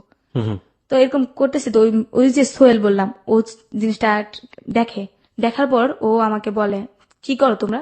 তো আমরা বলি যেমন এমন আমরা কিছু করি না, আমরা এমনি ঘুরি ফিরে খাই। তখন কিন্তু আমি পড়াশোনা করি, ওই যে খ্রিস্টান স্কুল পড়াশোনা করি খাওয়ার জন্য দুপুরবেলা। ওরেও নিয়ে যাই আমার বান্ধবী, যে তুই ও পর খাইতে পারবো আমরা দুপুরবেলা, ওরে ভর্তি করে দিই খাবার লোভে হওয়া। তারপর যেটা হয়, ওই ছেলেটা আমাকে বলে আমি তো ব্যাচেলার থাকি, তুমি আমার সাথে থাকবা। আমি আপনার সাথে আমি কিভাবে থাকবো, পরে বলে তোমাকে আমি বলবো তুমি আমার ওয়াইফ হও, আমি তোমাকে বিয়ে করছি, তুমি আমার কাছে 1 মাস থাকবা, তুমি চাকরি নিবা, 1 মাস পর তুমি আমার কাছ থেকে চলে যাবা, তোমরা 2 ফ্রেন্ড মিললা একটা রুম নিবা, নেওয়ার পর তুমি তোমার মতো করে চলাফেরা খাবা, আমি জাস্ট তোমার উপকার করবো। আমি বলছি আপনি গায়ে টাচ করবেন না তো? না। আমি তাহলে আপনার উপরে তো শুবেন, আমি নিচে শুবো। ঠিক আছে, আমি রাজি হয়ে যাই ওর কথায়, সোহেলের সাথে। হ্যাঁ। আমার ফ্রেন্ডরা ওই যে বান্ধবী, ও খুব না করে যে দেখ ছেলেরা ভালো না, এগুলো বলে, পরে যে কিছু করবো না কোনো গ্যারান্টি আছে? হাসিনা তো এই পেশাতে আগে থেকে ছিল। হ্যাঁ, ও কিন্তু অতটা না, টুকটাক করতো, এটা যেটাকে বলে না করলে তো পেটে ভাত জুটতো না। ও চায় না, ওর বাবার কাছে থেকে যায়, আমি চাই। আমি যাওয়ার পর এক প্রকার আমি ওকে হাজবেন্ডের পরিচয় দেওয়া থাকি ওর বাসায়। থাকার পর ওই যে ছেলেটা আমার প্রথম ফিজিক্যালি রিলেশন করতে চাইছিল, ওর বাসা আর আমি যে জায়গায় যাচ্ছি বেশ একটা দূরে না, কাছাকাছি। তারপর একদিন ওই ছেলেটা, আমি চাকরি নেই, নেওয়ার পর মানে চাকরি নেন আপনি? গার্মেন্টস। আচ্ছা, আপনার মা কই গেল? মা থাকে। কোথায় থাকে? মানে মা রাস্তায় থাকে। তো আপনি একটা বাসায় উঠে গেলেন, আপনার মা বাধা দিল না সেটা? আমি চিন্তা ছিলাম যে এই লোকটার সাথে থাকার পর আমি আমার মাকে নিয়ে একটা রুম নিয়ে ফেলবো। আচ্ছা, লোকটার সাথে পরিচয়। মা জানতো এটা? না, আমার মা জানতো না। আমার মা জানতো আমি খালাম্মার বাসায় থাকি। আচ্ছা, আমার চিন্তা ছিল একটাই, যে আমি গার্মেন্টসে চাকরি করবো, টাকা কিছু কামাইবো, আমার ঘর নিবো, আমার আম্মুরে রাখবো, আমার আম্মু ঘরে রান্না বান্না করবো, আমি চাকরি করবো, আমি খাবো। তারপর আমি তো হাজবেন্ডের ওয়াইফ পরিচয় দিছি। তো তখন আমি চাকরি নিতে, যেমন আমি ওনার কাছে 25 তারিখে গেছি, আর 5 দিন বাকি আছে চাকরি নেওয়ার জন্য। 1 তারিখ ছাড়া তো চাকরি নেওয়া যায় না। উনি উপরে থাকে, আমি নিচে থাকি। তো শীতের দিন তো নিচে থাকা একা সম্ভব না, খুব শীত করে। তো উনি আমাকে উপরেই রাখতো। তো উনি এক সাইডে থাকতো, আমি এক সাইডে। তো এমন প্রায় 2-3 দিন যায়, উনি আমাকে টাচ করে না। একদিন যেটা হয়, উনি মানে কয়েকটা ছেলের সাথে ড্রিঙ্কস করে আসে, এতটাই ড্রিঙ্কস করে যা নিজেকে কন্ট্রোল করতে পারে না। তখন আমাকে ফিজিক্যালি রিলেশন করে আমার সাথে। একবার অনেক জোর 3-4 জনকে সাথে নিয়ে নাকি শুধুমাত্র? শুধু একাই। ওকে। এতটাই জোরপূর্বক করে আমি না করে পারি না। আর চিল্লাচিল্লি করে বাসা থেকে মানুষ আসে যে তোমরা তো হাজবেন্ড ওয়াইফই বলছে। তো প্রচুর ব্লান্টিং হয়, এতটাই ব্লান্টিং হয়। আমি মানে এতটা অল্প বয়সে ছিলাম। তো পরে যখন আমার জ্ঞান ফিরছে, আমি দেখি আমার পাশে 2টা ডাক্তার বসা। 2টো ডাক্তার আপনার পাশে বসা? হ্যাঁ। আপনার রুমের মধ্যে নাকি? রুমের ভিতরে। তার মানে ওখানে যে ছেলেটা যে থাকতো, ওটা কি এক ধরনের বস্তি ছিল? হ্যাঁ, বস্তি ছিল। বস্তির মধ্যেই থাকে এরা? ডাক্তাররা কি বস্তির ডাক্তারই? না, ডাক্তার ছিল আপনার এমনি ফার্মেসির ডাক্তার। ফার্মেসির ডাক্তার নিয়ে আসছে? ওকে। লোকটা তো বুঝতে পারছে, বুঝছে নতুন বউ, ওয়াইফ। তো লোকটা কিছু ওষুধ লেখা দেয় আমাকে, দেওয়ার পর আমাকে বলে কিছু হাঁটাচলা কম করতে, ভারী জিনিস কম নিতে আর কি বলে দেয় আমাকে। তারপর আমি তো ভারী জিনিস কমই নিই। তারপর যেটা হয়, কিছুদিন তোর কাছে থাকতেই হয় আমার, আমি কোথায় যাবো এই অবস্থা নিয়ে। তো আমি ফাইনালি ডিসিশন নিয়ে নিছি, ওকে নিয়ে আমি সংসার করবো, যেহেতু আমাকে ফিজিক্যালি রিলেশন করেই ফেলছে। আপনি সিদ্ধান্ত নিয়ে ফেলছে? তারপর বলছে আমার আম্মু আছে, আমার আম্মু রাস্তায় থাকে, আপনি আমার আম্মুকে নিয়ে আসবেন। তো যেটা হয়, কুরবানিতে আসে, ও কি করে মাংস টুকাইতে যায়। কুরবানিতে তো আমি সারাদিন আমার বান্ধবী 2টাকে নিয়ে আসি, আমার বাসায় খাওয়াবো ওদের, ওরা তো আমাকে অনেক উপকার করছে। ও মা, কতক্ষণ পরে শুনি যে ও নাকি বলে মাংস টুকাইতে গেছে। এটা শুনে আমার না খুব শরম লাগে, যে আমার হাজবেন্ডই বলতে এক হিসাবে বিয়ে হয়নি, কিন্তু আমরা সিদ্ধান্ত নিয়েছি বিয়ে করবো। তো আমার হাজবেন্ড ও এই মাংস ঢুকায়, আমার শরম লাগতেছে, আমি ওর সাথে মানে কথা বলি না, আমার কেমন একটা প্রেস্টিজে বাঁচতেছে। তারপর ও আমার বান্ধবীরা বলে, সি তোর হাজবেন্ড এগুলো করতে পারে। ওই যে বৃষ্টি, ওকেও দাওয়াত করছে আমার বাসায় আসার জন্য। তো ও আমাকে বুদ্ধি দিল যে তুই তো এগুলো করেই ফেলছিস, আর মনে করতে এখন আনমিনিট না, তুই এখন জাস্ট এগুলো করছি, এখন তুই একটা ইয়ে করতে পারিস, সমস্যা নেই, মানে প্রস্টিটিউশন আসতে পারিস। হ্যাঁ, আসতে পারিস, সমস্যা নেই। তারপর এক সময় এগুলোতে আসলে তুই অনেক টাকা কামাইতে পারবি, তোর মানে তুই একটু সুখে থাকতে পারবি। তখন আমি চিন্তা করলাম যে আসলে তো ঠিকই বলছে। তখন আমি ওই চিন্তাটা করি নাই যে আমি এগুলোতে যাইতেছি কেন, কিন্তু বিশ্বাস করেন ভাইয়া, তখন যে আমার পিছনে একটা গার্জিয়ান থাকতো না, হয়তো আমি মনে ওরকমটা করতাম না। তারপর যেটা হয়, আমি ওই ছেলের সাথে ওদের সাথে চলে গেলাম, মানে ছেলেকে রেখে আপনি চলে গেলাম। তো ওদের সাথে রাত্রে 11টা-12টা রেল লাইনে বসে বসে ওরা আড্ডা মারতো, ছেলের সাথে আমি বসে থাকতাম, কথাবার্তা বলতাম। তো আমার ভাইয়ের কিছু বন্ধু বান্ধব দেখে ফেলে। আমি একটু আপনাকে থামাচ্ছি জায়গাটায়। আপনারা কিভাবে আপনাদের কাস্টমার বা এই যে ব্যাপারগুলো থাকে, এগুলো কালেক্ট করতেন কিভাবে? হ্যাঁ, বলতেছি ভাইয়া। জি। তখন কিন্তু আমি গুলাতে আসিনি, ওই যে করছি তো ওইটাই। তারপর আমার কিছু ভাইয়ের বন্ধু বান্ধব দেখা ফেলে, দেখার পর আমার ভাইয়ের নলেজ যায়। তখন আপনি জাননি ওই জায়গাটাতে, মানে ওদের সাথে বসতেন কিন্তু আড্ডা চল্লাচ করতাম, কিন্তু কখনো করিনি। আচ্ছা, আমার ভাইয়ের কানে যায় যে তোর বোনরে দেখছো ওই জায়গায়, কি বোন করছো যে এরকম এরকম ওরে নিয়ে রাখতে পারছ না তোরা, তুই ওই মেয়েটারে খারাপ বানাইতেছ কেন, ও একটু বলে। তো আমার ভাই আমাকে একদিন রাস্তা থেকে আমাকে বাসায় নিয়ে আসে, নিয়ে আসা বলে তুই আর এখানে থাকবি না, তুই এনে ঘরে পড়াশোনা করবি, তুই বাসায় থাকবি, যাই করি আমি তোরে খামো, তুই বাসায় থাকবি, আমরা 2 ভাই বোন থাকবো। আর মারে নিয়ে আমো কিছুদিনের ভিতরে, মায়ের আমি 3জনই থাকবো। ভাই এই ডিসিশনটা নিয়ে। মা তখন কই থাকতো? মা রাস্তায় থাকতো। তখনও রাস্তায়? আচ্ছা, মাকে খুঁজে পেতেন? এই যে কথা বলতেছি, মা সবসময় এলাকায় আসতেছে, আমরা যে জায়গায় থাকি টঙ্গিতে। মা কি এক জায়গায় থাকতো নাকি বিভিন্ন জায়গায়? সারা জায়গায় ভিক্ষে করে আইসা ওই জায়গায় বসে থাকতো। ওই একই জায়গায় থাকতো? আইসা পর আমরা একসাথে। কোথায় ওই জায়গাটা কোথায়? বউবাজার, নিরুজপাড়া। ওটা কি মানে হাট? হাট তো বা বাজার? হাট না, এরকম একটা এলাকা যেটাকে বলে একটা মহল্লা। ওই মহল্লায় কোথায় থাকতো? রাস্তার উপরে? হ্যাঁ, রাস্তার ভিতরে একটা দোকানের সামনে বসে থাকতো। ওই একটা দোকানের সামনে সবসময় থাকতো? হ্যাঁ, সবসময়। মানে ওখানে গেলেই ওনাকে খুঁজে পেতেন? হ্যাঁ, ওইটা আবার কি ছিল, ওইটা আমার বাবার বাড়ির সামনে। কিন্তু মানে যে বাবা আপনাদেরকে তাড়িয়ে দিল সেই বাবার সামনে আম্মু বসে থাকতো। আর আমার আম্মু কি করতো জানেন, লাডি দিয়ে আমার ওই বাবারে বকতো, আর বাবাই বলতো সবাই আমার আম্মু পাগল। ওই সময় ওখানে বসে বসে আমার আম্মু শুধু দেখতো যে ওর মান সম্মান কিভাবে ক্ষয় করা যায়, আমার আম্মু ওইভাবে করতো। রাস্তায় রেখে রেখে আম্মু ওরে অপমান করতো, রাস্তার ভিতরে দাঁড়া করে লেতো। মানে একটা নেতা মানুষ, বুঝেনি তো, একটা রাজনীতির সাথে একটা এক হিসাবে এখন বলতে পারে একটা কাউন্সিলর উনি। উনি এখন কাউন্সিলর ওখানকার? হ্যাঁ, ওকে। ওনাকে মনে করেন যে রাস্তার ভিতরে ছেড়ে দিয়ে ফেলতো আমার আম্মু। লোকজন যদি জড়ো হয়ে যেত না, যে জিজ্ঞেস করতো কে উনি, পাগল, তার সে গেছে, এগুলো এগুলো বইলা আইসা পড়তো আমার বাবা। তখন আমার আম্মুকে আমি বাধা দিতাম, তুমি ওই লোকটার সাথে খেলে এমন করো কেন, অন্য মানুষ আছে না, ওর সাথে কইতে। কিন্তু আম্মু বলতো না, আম্মু বলতো তুই বুঝবি না মা, তুই বড় এলো তারপর বুঝবি। আমার তো বোঝা লাগতো না, এগুলো বলতাম আমি। তারপর যেটা হয়, আমার ভাইয়ের কাছে আমি যাই। যার পর প্রিয় শ্রোতা, গল্পটা কিন্তু খুবই খুবই খুবই মনোযোগ দিয়ে শুনতে হবে। আমরা জানি না এটা শেষ পর্যন্ত গিয়ে কতটা বম্বিং করবে। আমরা বলতে পারি যে it will be like super blasting, যেটাকে বলে, কারণ গল্পের অনেকগুলো মোড় রয়েছে ওর জীবনের গল্পের, এবং কত সমাজের জ্ঞানী মানুষ এখানে জড়িত, এবং ওর যে লাইফ, ও মাই গড। তারপর আমার ভাইয়ের কাছে আমি যাই। যাওয়ার পর একদিন রাত্রিবেলা একসাথে শুয়ে থেকে ভাই আমি দুজনের খাটে একটা, আমার ভাই আমার উপরে হাত রাখে, আমার আপন ভাই। রাখার পর আমি ভাবছিলাম যে হয়তো ঘুমের ইয়েতে হাতটা রাখছে। আমি মনে করছি হাতটা লাড়াচাড়া দিয়ে যদি জাগনা থাকে সরা ফেলবে, যদি ঘুমের টানে। ওমা দেখি সাথে সাথে হাতটা সরা ফেলে। যখন আমি লাড়াচাড়া দিই ততটা ইমোশনাল ভাবে নেই। আরেকদিন যেটা হয় ভাইয়া, আমার ভাই, আমার খালতো বোনের আর কি মেয়েরা আসে, একটা ভাগ্নি আছে, এটা এখন ইন্টারে পড়ে, তখন ও মনে হয় 5-6 পড়ে। তখন ও আসে, ওকে টাকা দেয়, ওকে খাতা কিনা দেয়, ওকে জামা কাপড় কিনা দেয়। কিন্তু ভাই আমাকে কখনো 2টা টাকা দেয়নি, কখনো আমাকে বলে নাই যে বোন নিয়ে তুই 2টা টাকা নিয়ে তুই কিছু খাইস, তোর যেটা খাইতে ইচ্ছা করে। তো ওদেরকে আমার সামনে টাকা দিত, ওদেরকে নদী পানি ঘুরা যেত। কিন্তু ভাইয়া কখনো আমার রাস্তার কথা বলতো না আমার সাথে। ও বলতো রাস্তার কথা বলে নাকি ওর মান সম্মান চলে যাবে। আমার সাথে বাসায় জাস্ট সম্পর্ক, বাইরে না। তোমার ভাগ্নিদেরকে খাতা কলম কিনা দিত, কিন্তু আমাকে কিছু দিত না। আমি যে স্কুলে পড়তাম না, স্কুল থেকে 5-এ বৃত্তি দেওয়ার পর আমি রেজাল্ট ভালো করে আমি ওখান থেকে 700 টাকা পাই। 700 টাকার পর ওই টাকায় হাতে রাখি, ওইটা দিয়ে আমি ভাঙি, এগুলো কিনি, খাতা কলম কিনি। তারপর ওই দিন রাত্রি আমার ভাগ্নিদের টাকা টুকা দেওয়ার পর আমার ভাগ্নিরা চলে যায়। আসার পর তো কি করে, আমার ভাই আমাকে একটা জুস আছে না, ওই জুসগুলা নিয়ে আসে। জুসগুলা নিয়ে আসার পরে জুসের ভিতরে আমি দেখি যে কতগুলা ঘুমের ট্যাবলেট, যেটাকে বলে সাদা সাদা কি জানি ঢুকায় ওটার ভিতরে, ঝাক্কায় কতক্ষণ। আমি অতটা খেয়াল করি না, ওটাই মনে খাইবো। আমাকে বলে নেতর লেগে জুস আনছি, উঠ উইটা ঘুমে তুইটা খাই নে, আর আমার লেগে ভাত বাড়। তো আমি ভাইয়ের জন্য ভাত বাড়লাম, আমি জুস খাইলাম। কিন্তু ভাইয়া আমি এত খুশি হয়েছি যে আমার ভাইয়া আমার জন্য জুস আনছে, আমার জন্য এতটা ভালোবাসে আমার ভাই আমাকে। জুসটা খাওয়ার পরে আমি কেমন জানি ঘুমের হইয়া গেলাম। তারপর আমি শুইলাম, এক পর্যায়ে দেখি সকালবেলা ওইটা আমার সালোয়ার ছিঁড়া, সালোয়ার ছিঁড়ে ফেলেছে। হ্যাঁ, সালোয়ার ছিঁড়া। তারপর সামনের দিক দিয়া, কিন্তু ফিজিক্যালি রিলেশন হয়েছে কিনা আমি বুঝতে পারিনি, আমি জানিও না, কারণ আমার মনে হয় না। কারণ ভাই বোন কি বলে আল্লাহর তো আপনি ওটা বিলিভ করতে পারেন না। ওকে, আপনার বিলিভের জায়গা থেকে আমরা থাকতে চাই, বাট আপনি যতটুকু বলেছেন অতটুকু হজম করাই আমাদের জন্য খুবই কষ্টকর। But the reality is the reality. সত্যটা চরম সত্য, জঘন্য সত্য, মর্মাহত সত্য, বিধ্বস্ত সত্য, আপনি যাই বলেন না কেন সেটা সত্য। The reality is reality. কোনো বোন তার ভাইয়ের বিরুদ্ধে কখনোই কোনোদিনও গীবত করবে না, বা আমরা বলতে পারি না কখনো এই ধরনের অ্যাকিউজমেন্ট নিয়ে আসবে না যেটা তার ভাই করেনি। প্রশ্নই ওঠে না। এতক্ষণ পর্যন্ত তার ভাইয়ের কাছে যাওয়ার জন্য, তার ভাইয়ের একটু ভালোবাসা পাওয়ার জন্য তার যে আকুতি, সেটা কিন্তু এই এতক্ষণ পর্যন্ত পুরো গল্প জুড়ে উঠে এসছে, কিন্তু এই পার্টটা, this is really really really really hated part of today's Halloween 920। ওকে, তারপর যেটা হয় ভাইয়া, এগুলা দেখা আমি তারপর মনে করছি হয়তো ঘুমের দেয় না, তারপর আমি ইমোশনাল ভাবে নিয়ে নেই, মনে করছি ঘুমের দেয় শিখতে পারে, কারণ আমার তো একটা কাপড় চোপড় বছরের পর বছর সিলা দিতে পারে, কাপড় পয়সা দিতে পারে।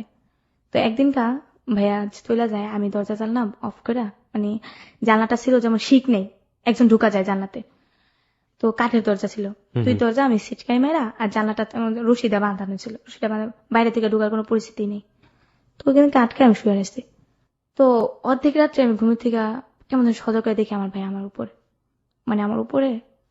তো ভাইয়া তখন আমি কোথায় ছিলাম, আমার পক্ষে যে এটা এতটা গুরুত্ব পাবে নিমু আমি কিভাবে বলবো ভাই, আমার এতটা কষ্ট লাগছে যে শেষ পর্যন্ত ভাই আমার সাথে এরকম করতে পারলো, এটা মানে কিরকম একটা কষ্টের ভিতরে চলে গেছিলাম আমি। তারপর যেটা হয়, আমি এক ধরনের এরকম করি, তারপর ভাইয়া আস্তে নেমে যায়, তারপর আমিও ভাইয়ারে কিছু বলি না, ভাইয়া আমাকে কিছু বলেন না। মানে এত বেশি লজ্জা পান আপনি যে আপনি ওই সময় রিয়াক্ট করাটারও ভাইয়া আমি এতটা কান্না করছি, আমার মনে হয় আমার বালিশের যতগুলো তোলা ছিল সবগুলো মনে হয় ভাইয়া চিপড়াইলে মনে পানি পড়তো ভাইয়া, এতটা কান্না করছি যে আল্লাহ কি আমার কপালে এগুলাই রাখছে। ভিক্ষা করছি, খাইছি, বাপের তো আদর পাইনি, জন্মের পর তো বাপ দেখি নেই, ভাই মনে করছি সবকিছু। মানুষের বাইরে দেখে কত আদর করে, কত জায়গায় কত কিছু কিনে নেওয়া যায়, কত কিছু বোনের জন্য কত কিছু ইয়ে নিয়ে যায়, বোনের জন্য যাইতে সময় দোকান থেকে টাকা দেওয়া যায় যে তুমি কিছু খায়ো, এটা করো এটা করো, কিন্তু আমার ভাই ওরকম ছিল না। আমার ভাই কোনোদিন আমার একটা টাকা হাতে দেয় নাই যে মনি তুই এগুলো কিনা খাইস, তোর খাইতে মন চাই কিছু। আমার মারে কিছু ভালো করে আদর করে না, আম্মু তুমি কিছু খাইবা, কিচ্ছু বলে না, মানে আমাকে দেখতেই পারতো না। তো আমি চিন্তা করছিলাম কখন সকালটা হবে, কখন সকালটা হবে। সকালটা হয়েছে, আমি না করে বললাম আমি বাইরে থেকে আইসা পড়ছি। আইসা পর ওই যে আমার ফ্রেন্ড বান্ধবী, ওদের সাথে আসলাম। আসার পর সারাদিন ওদের সাথে ঘুরলাম। ওই যে আপনার প্রথম যেটা আমাকে শাইন ফিজিক্যালি রিলেশন করতে চাইলো, ও আমাকে নাম্বার দিছে, তো ওর নাম্বার আমি একটা ফোন করলাম। তখন আমার খুব টাকার প্রয়োজন ছিল, থাকার জায়গা ছিল না, তো ও আমাকে বললো এমন জায়গায় আসো, আমি তোমাকে নিয়ে যাবো এক বাসায়। এগুলো কি আপনার সব নাচে যাওয়ার আগের ঘটনা বা এগুলো বলতে আমার মনে নেই আর কি। আচ্ছা ঠিক আছে, সমস্যা নেই। প্রিয় শ্রোতা, আপনাদেরকে আবারও কিন্তু মনে করে দিচ্ছি আমি যে ওর কিন্তু নাচে চলে গিয়েছে, সেই পার্টটা কিন্তু প্রথমে বলেছে, কিন্তু তারপরে কিন্তু ফ্ল্যাশব্যাকের মেমোরি হচ্ছে এগুলো। আপনারা নিশ্চয়ই জানেন যে নাচে চলে যাওয়ার পার্টটা, যে 2 মাসের পার্ট, সেটা একেবারে ওর নিজের মনের, এবং ও ওর মাকে পর্যন্ত জানিয়ে যায়নি। সেই মোমেন্টটা থেকে ও কিন্তু ফ্ল্যাশব্যাকে এসে ওর জীবনের এই গল্পগুলো বলছে। আপনাদের সবাইকে একটু খেয়াল রাখার জন্য বারবারই মনে করে দিচ্ছি। হ্যাঁ, তারপর ওই যে শাইন ও আমাকে নিয়ে যায় শীতের দিন 2009 শেষ দিকটা, এক চাচির বাসায় নিয়ে যায়। নেওয়া যাওয়ার পর ওই দিনকে উনি আমাকে ফিজিক্যাল রিলেশন করে। সকালবেলা ও আমাকে 500 টাকা দেয়। 500 টাকা দিয়ে আমি একটা বস্তিতে একটা রুম নিই, 300 টাকা অ্যাডভান্স দিই, 200 টাকা দেওয়া 6-7টা সালা কিনি, ওগুলো বিছায় থাকার জন্য, কিছু বালিশ টালিশ কিনি, এগুলা। খাওয়া দাওয়ার ব্যবস্থা কিন্তু করি, থাকার ব্যবস্থা আগে করছি, আমরা 2 বান্ধবী মিলে করি। তারপর আমি একটা কি, আমি খারাপ ছিলাম, বাইরে ছিলাম, কিন্তু আমি যে জায়গাটা থাকি ওই জায়গাটা সেফ ভাবে থাকি, যে তোমাকে কেউ বুঝতে না পারে আমি খারাপ। তারপর যেটা হয়, আমি মাথায় কাপড় টাপড় দিয়ে চলি, কিন্তু ও মাথায় কাপড় দেয় না, ও একটু খারাপ ভাবে চলে। তো ওকে বাড়িওয়ালা বলে ওকে নিয়ে থাকলে তোমাকে থাকা হবে না, তুমি রুম সাইডে দিবা।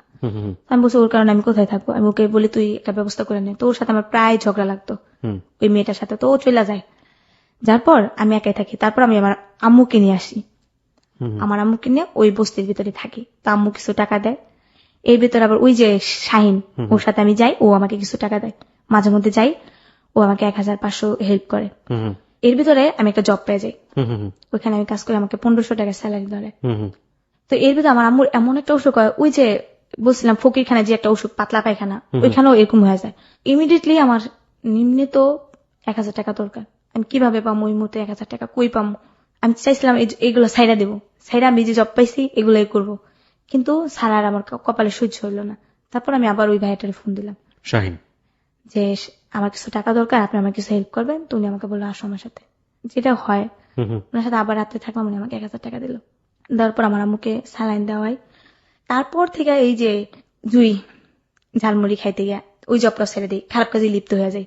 আম্মু আমার সাথে রাগারাগি করে, আম্মুর সাথে আমার ঝগড়াঝাটি হয়, আম্মু জায়গা চলে আবার আসে, এরকমই হয় আর কি। মানে এই যে কাজটা আপনি এই কাজটা করছিলেন এবং এটা করতে গিয়ে আপনি যখন দেখলেন যে না এটা থেকে আপনি বের হয়ে আসতে পারছেন না, সেই মুহূর্তে ঝালমুড়ি খাইতে গিয়ে জুইয়ের সাথে পরিচয় হলো এবং জুই বললো আপনাকে ডান্সে নিয়ে যাবে এবং ডান্স করাবে, তো আপনি কাজ চাচ্ছিলেন, তো আপনি ডান্সে চলে গেলেন এবং তখনও আপনি আপনার মাকে ওই বস্তিতে রেখে এসেছেন এবং আপনার মা এটা জানে না, রাইট? এবং তারপরে গেলেন, যাওয়ার পরে আলটিমেটলি যে ঘটনাগুলো ঘটলো একের পর এক, এবং লাস্ট মোমেন্টে এসে কোন এক সন্ধ্যায় মোল্লাদের দ্বারা আক্রান্ত হলো আপনাদের ডান্স গ্রুপ, এবং ডান্স গ্রুপ আক্রান্ত হবার পর আপনারা গিয়ে এক প্রফেসরের বাসায় উঠলেন, ওই জায়গাটায় আপনি ছিলেন এবং সাথে ময়ূরী, যেটা আপনি ময়ূরীকে ময়ূরী ম্যাম বলছেন বা আপা বলছেন, আমাদের চিত্র জগতের ময়ূরী, যাকে এক নামে সবাই চিনবে, সেও ছিল আপনাদের ডান্স গ্রুপে। তো এই সময়কার গল্প আর কি, এবং আপনার দৃষ্টিকোণ থেকে ময়ূরী ওয়াজ সো গুড উইম্যান, ওই সময় খুব ভালো মানুষ ছিলেন উনি এবং আপনাদের সবাইকে হেল্প করছিলেন। হ্যাঁ, ওই জায়গা থেকে আপনি ফ্ল্যাশব্যাকে গিয়েছিলেন, একেবারে আগের গল্পগুলো বললেন। এখন আপনি আমাকে বলেন যে এই গল্পটার সাথে বা আগের যে গল্পগুলো বলেন এই জায়গাটা থেকে আপনি কেন পেছনে ফিরে গেলেন, রিলেশনটা আসলে কোথায়? ওই যে শাহিন, শাহিনকে নিয়ে উদ্দেশ্যটা। আচ্ছা ঠিক আছে, তো শাহিন, এখন শাহিনকে আপনি এতক্ষণ ধরে পরিচয় করালেন, হুইজ শাহিন, এবার বলুন। তারপর যেটা হয়, ওই যে আমি তো প্রোগ্রামে আসছে, বন্ধ হয়ে গেছে প্রোগ্রামটা, এখন তো সবাই যাতার মতো পলায় চলে যেতেছে, ঢাকায় এসে পড়তেছে। আমি পলায় আসবো কিভাবে, আমার কাছে টাকা নেই, কিভাবে আসবো, আমাকে টাকা দেয়ও নেই এর ভিতরে। তো একদিন কি করলাম, ওই যে শাহিন, ওর নাম্বারটা তো আমার মুখস্থ, ওর নাম্বারে আমি ফোন করলাম, ভাইয়া আমি এমন আমি তো একটা প্রোগ্রামে এসে এরকম এরকম আটকে গেছি, তো আমাকে কিছু হেল্প করবেন? তো আমার এই কথা শুনে ও আমাকে বললো দেখো কোথাও ফোনে টাকা নেয় কিনা। তারপর যেটা হয়, তো আমাকে 500 টাকা পাঠায়। তারপর ওইখান থেকে আমি কি করি, পলায় আসার জন্য রেডি হই। তারপর যেটা হয়, ওই যে আমি যে বস্তিতে থাকতাম ওই বস্তিতে আইসা পড়ি। তারপর আইসা দেখি আমার আম্মু নাই, আমি যাওয়ার পর দিনকে আম্মু চলে গেছে। তো এতদিনে তো ভাড়া জমে গেছে, প্রেশার দিতেছে যে ভাড়া দিতে হবে এন তেন। তো আমি বলছি আমাকে থাকতে দেন, কিছুদিন সময় দেন, আমি ভাড়া দেবো। তারপর ওই যে শাহিন, ও আমার জীবনের সবচেয়ে বলতে পারেন একটা শুভাকাঙ্ক্ষিকা, যে ও আমাকে অনেক হেল্প করছে, বাট এতটাই হেল্প করছে যে আমার মা বাবা, আমার আত্মীয় স্বজন, আমার ফ্যামিলি কেউ আমাকে এতটাই হেল্প করে। নিজের ভাই তো অবশ্যই না, নিজের ভাই দূরের কথা, কেউ এরকম করেই নেই। তারপর যেটা হলো, কিছুদিন ও আমাকে হেল্প করলো, আমাকে কিছু টাকা পয়সা দিল। হেল্পের বিনিময়ে তো আপনার সাথে শারীরিক সম্পর্ক, রাইট? শারীরিক, হ্যাঁ হ্যাঁ। ওকে, আমি ঠিক জানি না এটাকে হেল্প বলে কিনা। ওকে, তারপর আমার কাছে বাট হেল্প, আমি ওরকম করছি, বাট ওর হয়তো উপকার হয়েছে, কিন্তু আমারও এখান থেকে উপকার হয়েছে, যেটা আমি এত বিপদের সময় কে বা আমার কাছে ইউজ করতো বা কে আমাকে টাকাটা দিত। তারপর যেটা হয়, ও আমাকে কিছুটা হেল্প করে, আমার সব প্রবলেম সলভ করে। তারপর এর ভিতরে আমার একটা খালাতো বোন জর্ডান থাকে, উনি ওইখান থেকে বিয়ে করছে, ওইখান থেকেই ছেলে মেয়ে হয়েছে। ও বাংলাদেশে আসছে, বাংলাদেশে আপনার শ্রীপুর, ওইখানে ও বাড়ি করছে। উনি আবার সুইটারের কাজ জানে, তো আমাকে বললো এইভাবে কতদিন ঘুরবা, তুমি আমার কাছে আইসা পড়ো, তুমি সুইটারের কাজ শিখবা। তো ওর কাছে না চাই, এর ভিতরে আমার মামার কাছে গেলাম। আমার মামা বললো তুমি চাকরি করবা, তুমি থাকবা খাইবা। মামার কাছে যাওয়ার পর মামা আমাকে নিয়ে গেল। আমি আবার ভাইয়া শুটকি ভর্তাটা খুব পছন্দ করি, তো মামি প্রতিদিন আমাকে বলে তুমি কি পছন্দ করো সবচেয়ে, শুটকি ভর্তা। তো যাক, শুটকি ভর্তা একদিন দুই দিন, একটা জিনিস যতই পছন্দ হোক না কেন, বাট 2-3 দিনের ভিতরে কিন্তু একটা জিনিস খাওয়া যায় না। তো আমাকে চাকরি নিতে স্প্রিং মিল, যেখানে সুতা তৈরি হয়, ওইখানে চাকরি নিলাম। প্রচুর গরম, এই গরমের ভিতরে চাকরি করি। আমাকে মরিচ ভর্তা করে দেয়। 2টা ছেলে, একটা মেয়ে, ছেলেটা ছোট, একটা বড় আমার সমবয়সী। ওরে মাছ দেয়, আর আমাকে একটা ছোট টুকরা দিলে দেয়, না দিলে নাই। আর কি অবহেলা করে, দুধ দেয়, ওদের ভাত দেয়, আমাকে দেয় না। আমার জন্য ছোট টুকরা রাখে, আমিও জিতে খাই না, যে ওদের বড়টা দিয়ে আমাকে দেয় না কেন। আমিও আমার মার মতো একটু জিতি, যে আমাকে কেউ কষ্ট দিলে না আমি সহ্য করতে পারি না। তারপর যেটা হয়, আমি ওইখানে চাকরি করি, ওইখানে বেতন পাই। আমার বেতনের টাকা দিয়ে ওনাদের সব প্রবলেম সলভ করবে, কিন্তু আমার যে একটা ড্রেস আপ নাই, আমাকে একটা ড্রেস দিবে ওটা বলে না। ওনার মেয়েকে একটা ড্রেস কিনে দিবে, ওনার মেয়ের স্কুলের ফিস দিবে, ওনার ছেলের প্রাইভেট খরচ দিবে। মাকে আপনি খুঁজে পেলেন? এখনো খুঁজে পাননি? মানে এর ভিতর তো মা খুঁজে পাই না, মা চায় চয় খায় এখানে ওখানে জায়গা। কিন্তু মার সাথে আপনি দেখাও করেন না? দেখা করিনি। মাকে দেখতে ইচ্ছে করলো না? করছে, কিন্তু পাই নেই, খুঁজেই পাননি? খুঁজে পাই। টেনশন হচ্ছে না? টেনশন হচ্ছে, আর বাট আমার মা খুব ট্যালেন্ট একটা মেয়ে, যেটা উনার আপনি একটা আছে না যে গায়ে টাচ করবে। আমরা রাস্তায় ঘুমাইছি বলে যে আমরা এতটা না। আমার আম্মুর দেখা গেছে একটা দোকান, আপনি আমার আম্মু চা খাইতে গেছে, আমার আম্মুর সাইড দিয়ে একজনে বললো যে খালাম আমার কিছু দেন তো, মানে দোকানদারকে বললো আম্মু ওর মাইরা একটা পিঠায় শেষ করে ফেলবো। আমার উপর দিয়ে আসতো কেন? কেন দুনিয়ায় জায়গা নাই, আরো জায়গা আছে, ওইখান দিয়ে চলে যাও, আমার উপর দিয়ে আসতো কেন? মেয়ে দেখলে কি মাথা নষ্ট হয়ে যায়? একটা ডাইরেক্ট আমার মুখগুলো পরে বকাঝকা করে। তারপর যেটা হয়, এই জন্য আমি টেনশন করি না, কারণ আমার আম্মু নিজে ঢাকা শহরে এমন কোন রাস্তা নেই যে আমার আম্মু না চিনে না, সুতরাং যে কোনো ভাবে ম্যানেজ করে ভালো আছে। তো অনেক ভালো, কারণ এক সময় যেহেতু ঢাকায় কাজ করছে উনি সবই চিনে, ঢাকায় বড়, ঢাকায় ভাষায় কথাও বলে। তারপর যেটা হয়, মানে আমাকে শুটকি ভর্তা দিয়ে ভাত দেয়, সবার সামনে খাইতে গেলে আমার খুব শরম করে। সব আমার কথা কি প্রতিদিন শুটকি ভর্তা দিয়ে ভাত দেয়, এমনি ভাত দিতে পারে না ভালো কিছু দেয়া। তো আমার শরম পাই দেখে পর একটা মেয়ে আমাকে বুদ্ধি দিল, কয় তুই কোয়ার্টারে আসা পর, তো নিজে কামাই কর, নিজে থাকবি খাবি। মানে আপনার কর্মস্থলের যে কোনো একজন মেয়ে? একটা কোয়ার্টার, ওখানে আবার কোয়ার্টারের সুযোগ আছে। তো আমি কি করলাম, সিদ্ধান্ত নিলাম কোয়ার্টারে থাকবো। তখন আমি কি করি, বেতন পাইয়া আমার মামা মামিকে না বললে আমি কোয়ার্টারে এসে পড়ি। আচ্ছা, পরে এখানে আবার আমার মা আসে, আইসা আমার খালা যেটা মিজু খালা টুঙ্গিতে থাকে ওর কাছে খবর নেয় যে আমি আমার মামার কাছে আইসা পড়ছি। মায়ের খবর টবর নিয়ে আমার মা ওইখানে আইসা পড়ে। আসার পর আমি তো চাকরি বাকরি করি, ঘরে জিনিসপত্র করছি, 2700 টাকা বেতন পেয়েছি। আমার টাকা দেখে কেন, আমার একটা মানে ওইটা অন্যরকম, আমি চাকরি করি আর কিছু না, একটা আর তখন আমার মামা তো ফ্যাক্টরিতে আইসা বলতেছে তোমার আম্মু আসছে। আমি বিশ্বাস করি না, মনে করছি আমি তো যদি বেতন নিয়ে আইসা পড়ছি, যদি আমার বাসায় গিয়ে কিছু বলে মারধর করে, আমি বলছি আমার আম্মা আসে, আমার আম্মার নিয়ে আসতে কয়, আমি বিশ্বাস করি আমার। তারপর কি হলো, আম্মা আসলো গেটে, আম্মুরে দেখা তো আমার খুশি দেয় কেন, আম্মুরে জয় দেখছে, মা তোমার আর ভিক্ষা করতে হতো না, তুমি এখন থাকবা, তুমি এখন খাবা, আর কোনো কষ্ট না, মনে কর তোমার মেয়ে বড় হয়ে গেছে। এই কতদিন পরে দেখা? 2 মাস? প্রায় 3 মাস। 3 মাস, ওকে। আম্মু তো আমার জড়াই দেরা কান্নাকাটি, তুই কেন আমার সাথে গেছিস, তুই কি বড় হয়ে গেছিস, হাত পা খোঁজা হয়ে গেছে। তো আম্মুরে নিয়ে রাখলাম। তখন আম্মুর এক চান্স আমি কাপড় কিনে দিলাম, আম্মুর যত কিছু লাগে সবকিছু কিনে দিলাম। আম্মুরে বললাম তুমি লাঠি বড় দিবা না, কারণ শরম লাগে লাঠি বড় দিলে। তারপর আম্মু লাঠি বড় দিয়ে হাঁটে, আমাকে ধরে হাঁটতো, তারপর আম্মু লাঠি বড় দেয়। তারপর কি হলো, আম্মু ওনার ছেলেটারে খুব ভালোবাসে, ছেলেকে না দেখলে পাগল হয়ে যায়। তারপর কইতেছে আয় তোর ভাইয়ের কাছে যাই আমরা, কিন্তু আম্মুর কাছে আমি বলি নাই যে আম্মু আমার কাছে এইগুলো ঘটছে। তারপর আম্মু বলে যে চল আমি যাই, এখান থেকে আমরা চলে আসি। আসার পর আমি আর ওই জবটা করি না, আসা পড়ি টঙ্গিতে। টঙ্গিতে আসার পর এখানে আবার একটা রুম নেই, পরে এখানে থাকি। তারপর আম্মুর সাথে আমার ঝগড়ায়, যে কোনো একটা বিষয় নেই এমনিতে ঝগড়া, আম্মু চলে যায়, আবার আমি আবার একা একা থাকি, আবার ওই ফ্রেন্ডদের সাথে আড্ডা মারি, ওরাও এরকম খারাপ কাজ করি। হ্যাঁ, এর ভিতরে আবার ওই যে আমার আপুর কথা বলছি, ওই আপুর বাসা আবার যাই রোজার ঈদ আসা পরে প্রায় কাছে। কোন আপু এটা? জুই না, ওই যে আমার একটা ফাতেমা আপু, যেটা উনি জর্ডান থেকে আসতে, ওকে। উনি আমাকে নিয়ে যায় ওনার বাসা, নিজের বাড়ি করছে। বর্তমানে আমার আম্মু ওইখানে আছে। তো দাঁড়ান বুঝিনি, আপনার তো জর্ডান থেকে মামা মামি আসলো? না, আমার একটা খালতো বোন আসছে আর কি, ওকে। ওখানে বিয়ে করে আসছে, ওখানে একটা মেয়ে হয়েছে, আসার পর বাংলাদেশ চলে আসছে, মেয়েকে রাখার মানুষ পায় না, এর জন্য। তাহলে আপনি কোথায় থেকে অফিস করছিলেন? মামা মামির কাছ থেকে? হ্যাঁ, শ্রীপুর থেকে অফিস করছিলাম। আর এই জর্ডানের বোনের সাথে কি সম্পর্ক, খালাতো বোনের সাথে? এই টঙ্গি তাইসা উনিও আসতে, দেখতে আসছি উনাকে। আচ্ছা, দেখার পর হ্যাঁ, ওকে। তারপর উনি আমাকে বললো এইভাবে আর কতদিন, তুমি আসো আমার সাথে। এক ধরনের বোহেমিয়ান লাইফ আমরা যেটাকে বলতে পারি, যাযাবর জীবন। কোথাও এখানে, কোথাও বস্তিতে, কোথাও মামা মামির কাছে, কোথাও সার্কাস লাইফ। মানে লাইক আপনি একটা ফুটবলকে তুলনা করতে পারেন ওর লাইফের সাথে, যে ফুটবল মারছে, যেখানে যে ফুটবল থামবে তো থামবে, কোনো ঠিক ঠিকানা নেই। দুমুঠো ভাত কিংবা একটু রাত্রেবেলা মাথা গোজার ঠাই, এটার জন্য কখনো শরীর দিয়ে দিচ্ছে, কখনো কারোর সাথে রাগারাগি করতে হচ্ছে, কখনো কারোর কাছ থেকে চুরি করতে হচ্ছে। This is call life. এবং এই জীবন কতটা নির্মম এবং নৃশংস হতে পারে সবকিছু মিলিয়ে, সেটা আজকে মনিকে দেখলেই বুঝতে পারবেন। কিন্তু অদ্ভুত ব্যাপার হলো, 17 বছরের মেয়েও, এবং ওর যে বলার স্টাইল, তার মধ্যে এক ফোঁটা ছিটে ফোঁটা, আমি বেশ কয়েকবার 2-1 দেখেছি চোখের জলে ভিজে উঠছে, কিন্তু এক্সপ্রেশনে সেটা নেই, একেবারে হাসি মুখ করে আরামসে বলে যাচ্ছে। ও এটা কি ওর জীবন মনে করে নিয়েছে, অদ্ভুত। এবং এই জিনিসটাকে আমার খুব বেশি পরিমাণে আমি মার্ক করছি, যে ওর ফিলিংসটা আসলে কি। ওর ফিলিংসটা কোনো না কোনো ভাবে ধরতে পারছি না, যে ও যে কষ্টে আছে, ওর যে খারাপ লাগছে, আমি ঠিক জানি না। আমি শেষের জায়গাগুলোতে আসতে চাই। ওকে, হ্যাঁ, তারপর যেটা হয়, আমার খালুর কাছে যাই, আমার খালা থাকে, মেহমান আসে, 3টা রুম থাকে ওদের, একটা হাজবেন্ড ওয়াইফ থাকে, আর একটা এর ভিতরে বলি না আমার ছোট খালা, ওরাদের একটা বড় সমস্যা হয়ে যায়, ওরাদের রুম আটকে যায়, রুম ভাড়া দিতে পারে না, দেখে বের করে দেয়। ওই মিজু খালার কাছে চলে যায়, মিজু খালার বাড়ি করে, ওরা এক রুমে থাকে, খালা এক রুমে থাকে। আমার খালা আবার হুজুর নিয়ে একটা তালিম পড়ায়। আমার ফ্যামিলিটা সবাই হুজুর, খালি ডান্সার দিতে আমি একাই বলতে পারেন। আপনার ফ্যামিলির সবাই হুজুরনি মানে হচ্ছে সত্য নামাজ পড়ে, সবকিছু আল্লাহর ভক্ত। ওরা আল্লাহর ভক্ত, 5 ওয়াক্ত নামাজ পড়ে, ইসলামের সবকিছু মেনে চলছে। আর সেই বাড়ির একটা মেয়ে এরকম পথে ঘাটে ঘুরে বেড়াচ্ছে, প্রস্টিটিউশনে যাচ্ছে, কোনো কিছু না। তারপর যেটা হয় ভাইয়া, একদিনকে আমাকে খালার সাথে শুইতে দেয়, আমি খালার সাথে শুই কিনারে, রাত্রে টিভি দেখতে দেখতে প্রায় ঘুমাই যাই, খালুর নিচে ঘুমায়। তো রাত্রেবেলা আমার একটা কি, যে কেউ যে আমাকে টাচ করে, আমি গায়ে হাউস পরে পাই যে আমাকে টাচ করতেছে। হঠাৎ করে দেখি যে আমার টাচ করতেছে আমার খালু, ধরতেছে, যেমন মানে নিচে শুইছে, হাত বাড়ে আমাকে টাচ করতেছে। তখন চিন্তা করতেছে এই জায়গাও থাকবো না, চলে যাবো, রাত্রি ডিউটি নিয়ে নিচ্ছি। পরের দিন সকালে চলে আসবো ওইখান থেকে।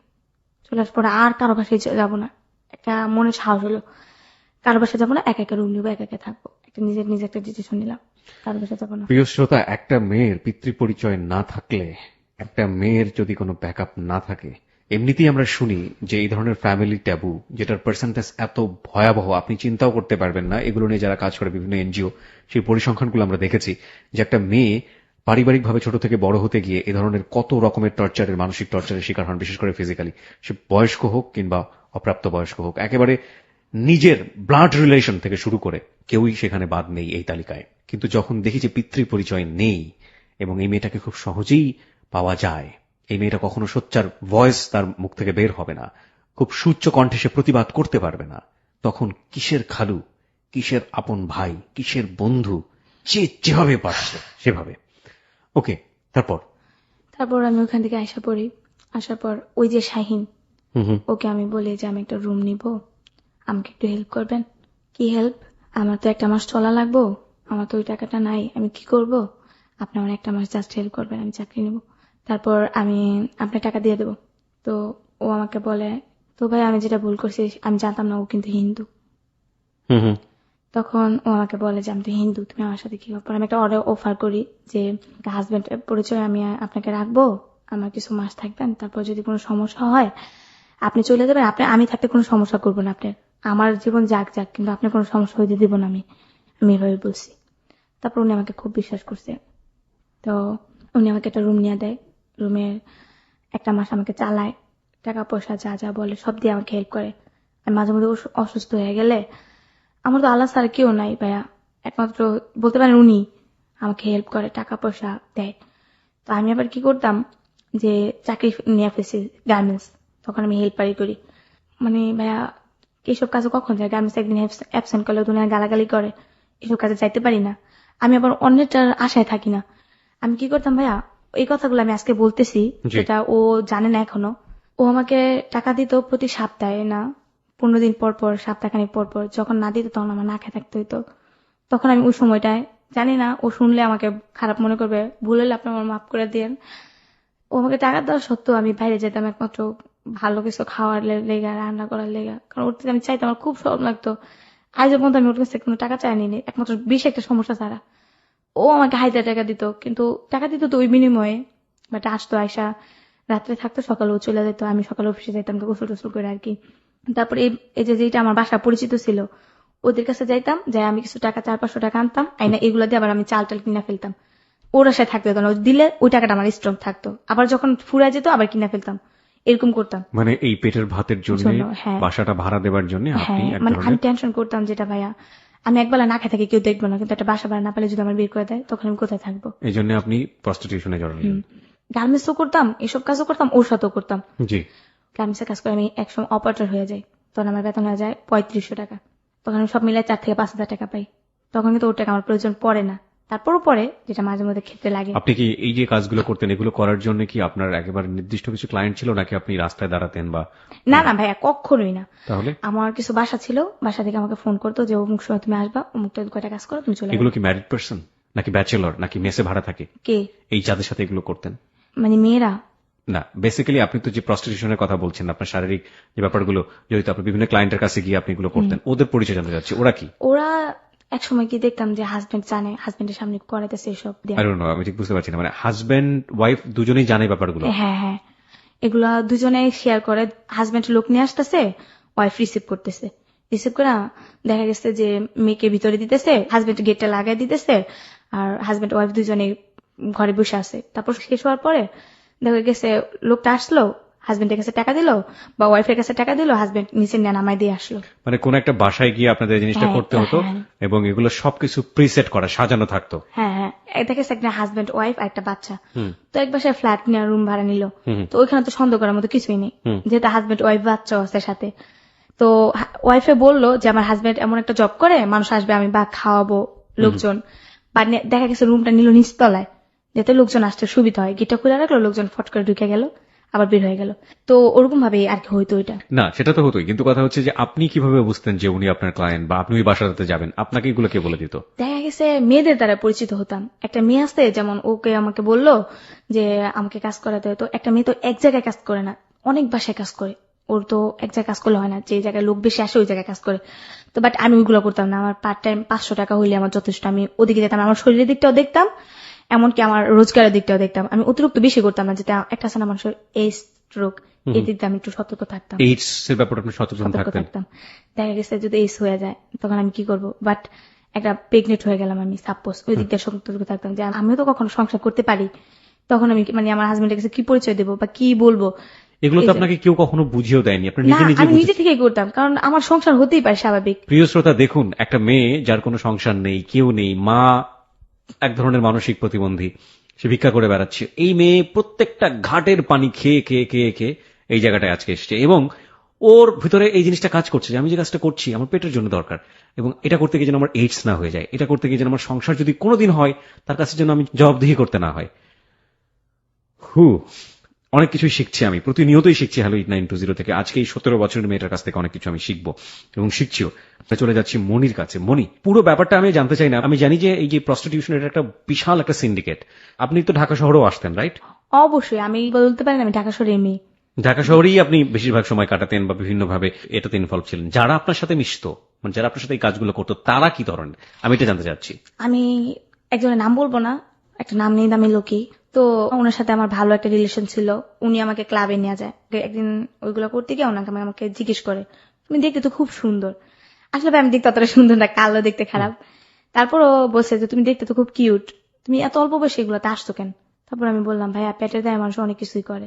তো আমার এইসব কথা শুনে না মানুষ আমার কাছে কাজ করতে চাইতো না, শুধু শুধু টাকা দিয়ে দিত। আমি এগুলো বেশি বলতাম, আমার কাছে পিছনের গল্পগুলো কারণ কেন বলতাম ভাইয়া, আমার কষ্টটা কম হইতো, আমার টাকাটাও হইতো, আমি এই জন্য বেশি বলতাম। তারপর আমাকে বেশিরভাগ লোকে আমাকে বলতো, তুমি কেন করো এগুলো, তোমার দেখতে তো খুব সুন্দর দেখা যায়। কেউ বলতো ওনার ওয়াইফের মতো দেখা যায়, কেউ বলতো কারো মেয়ের মতো দেখা যায়, কেউ বলতো কারো ফুবুর মতো দেখা যায়। অনেকে অনেক ধরনের কথা বলতো যে আমাকে নাকি ওরকম দেখা যায়। তারপর একদিনকে আমাকে একটা লোক বললো যে তোমার তো দেখতে খুব সুন্দর, তুমি এইগুলো না করে একটা চাকরি বাকরি হতো করতে পারো। আমি বলি, হ্যাঁ ভাই আমি চাকরি করি, বাট আমার তো কেউ নাই, আমার একটা মা অসুস্থ, ওনাকে আমার হেল্প করতে হয়, তো আমি চাকরি করলে আমার পোষায় না। আমি এইভাবে বলছি, তাহলে এগুলো করো কেন, বড় ধরনের কোনো জব করো। কে দেবে আমাকে বড় ধরনের জব? তারপর উনি বললো, আচ্ছা ঠিক আছে, তুমি ভালো ডিটেলস কি করো? আমি বলছি আমি ডান্স পারি, ডান্সের ক্লাবে একবার করছিলাম, এরকম বলছি। ঠিক আছে, তুমি বারে ডান্স করবা? আমি হ্যাঁ করবো। যেহেতু বললো, আমি যাক ভাইয়া আপনি যদি ডান্সটা দেন আমি এই জগৎটা ছাইড়া দেবো। তারপর উনি বললো, ঠিক আছে, আমার দ্বারা যদি তোমার উপকার হয় তাহলে তো ভালোই। তো উনি আমাকে প্রথমে নিয়ে যায়, কিছু মেয়ের সাথে পরিচয় করা দেয়, আমার মেকআপের যেটা যা যা লাগে তা করে দেয়।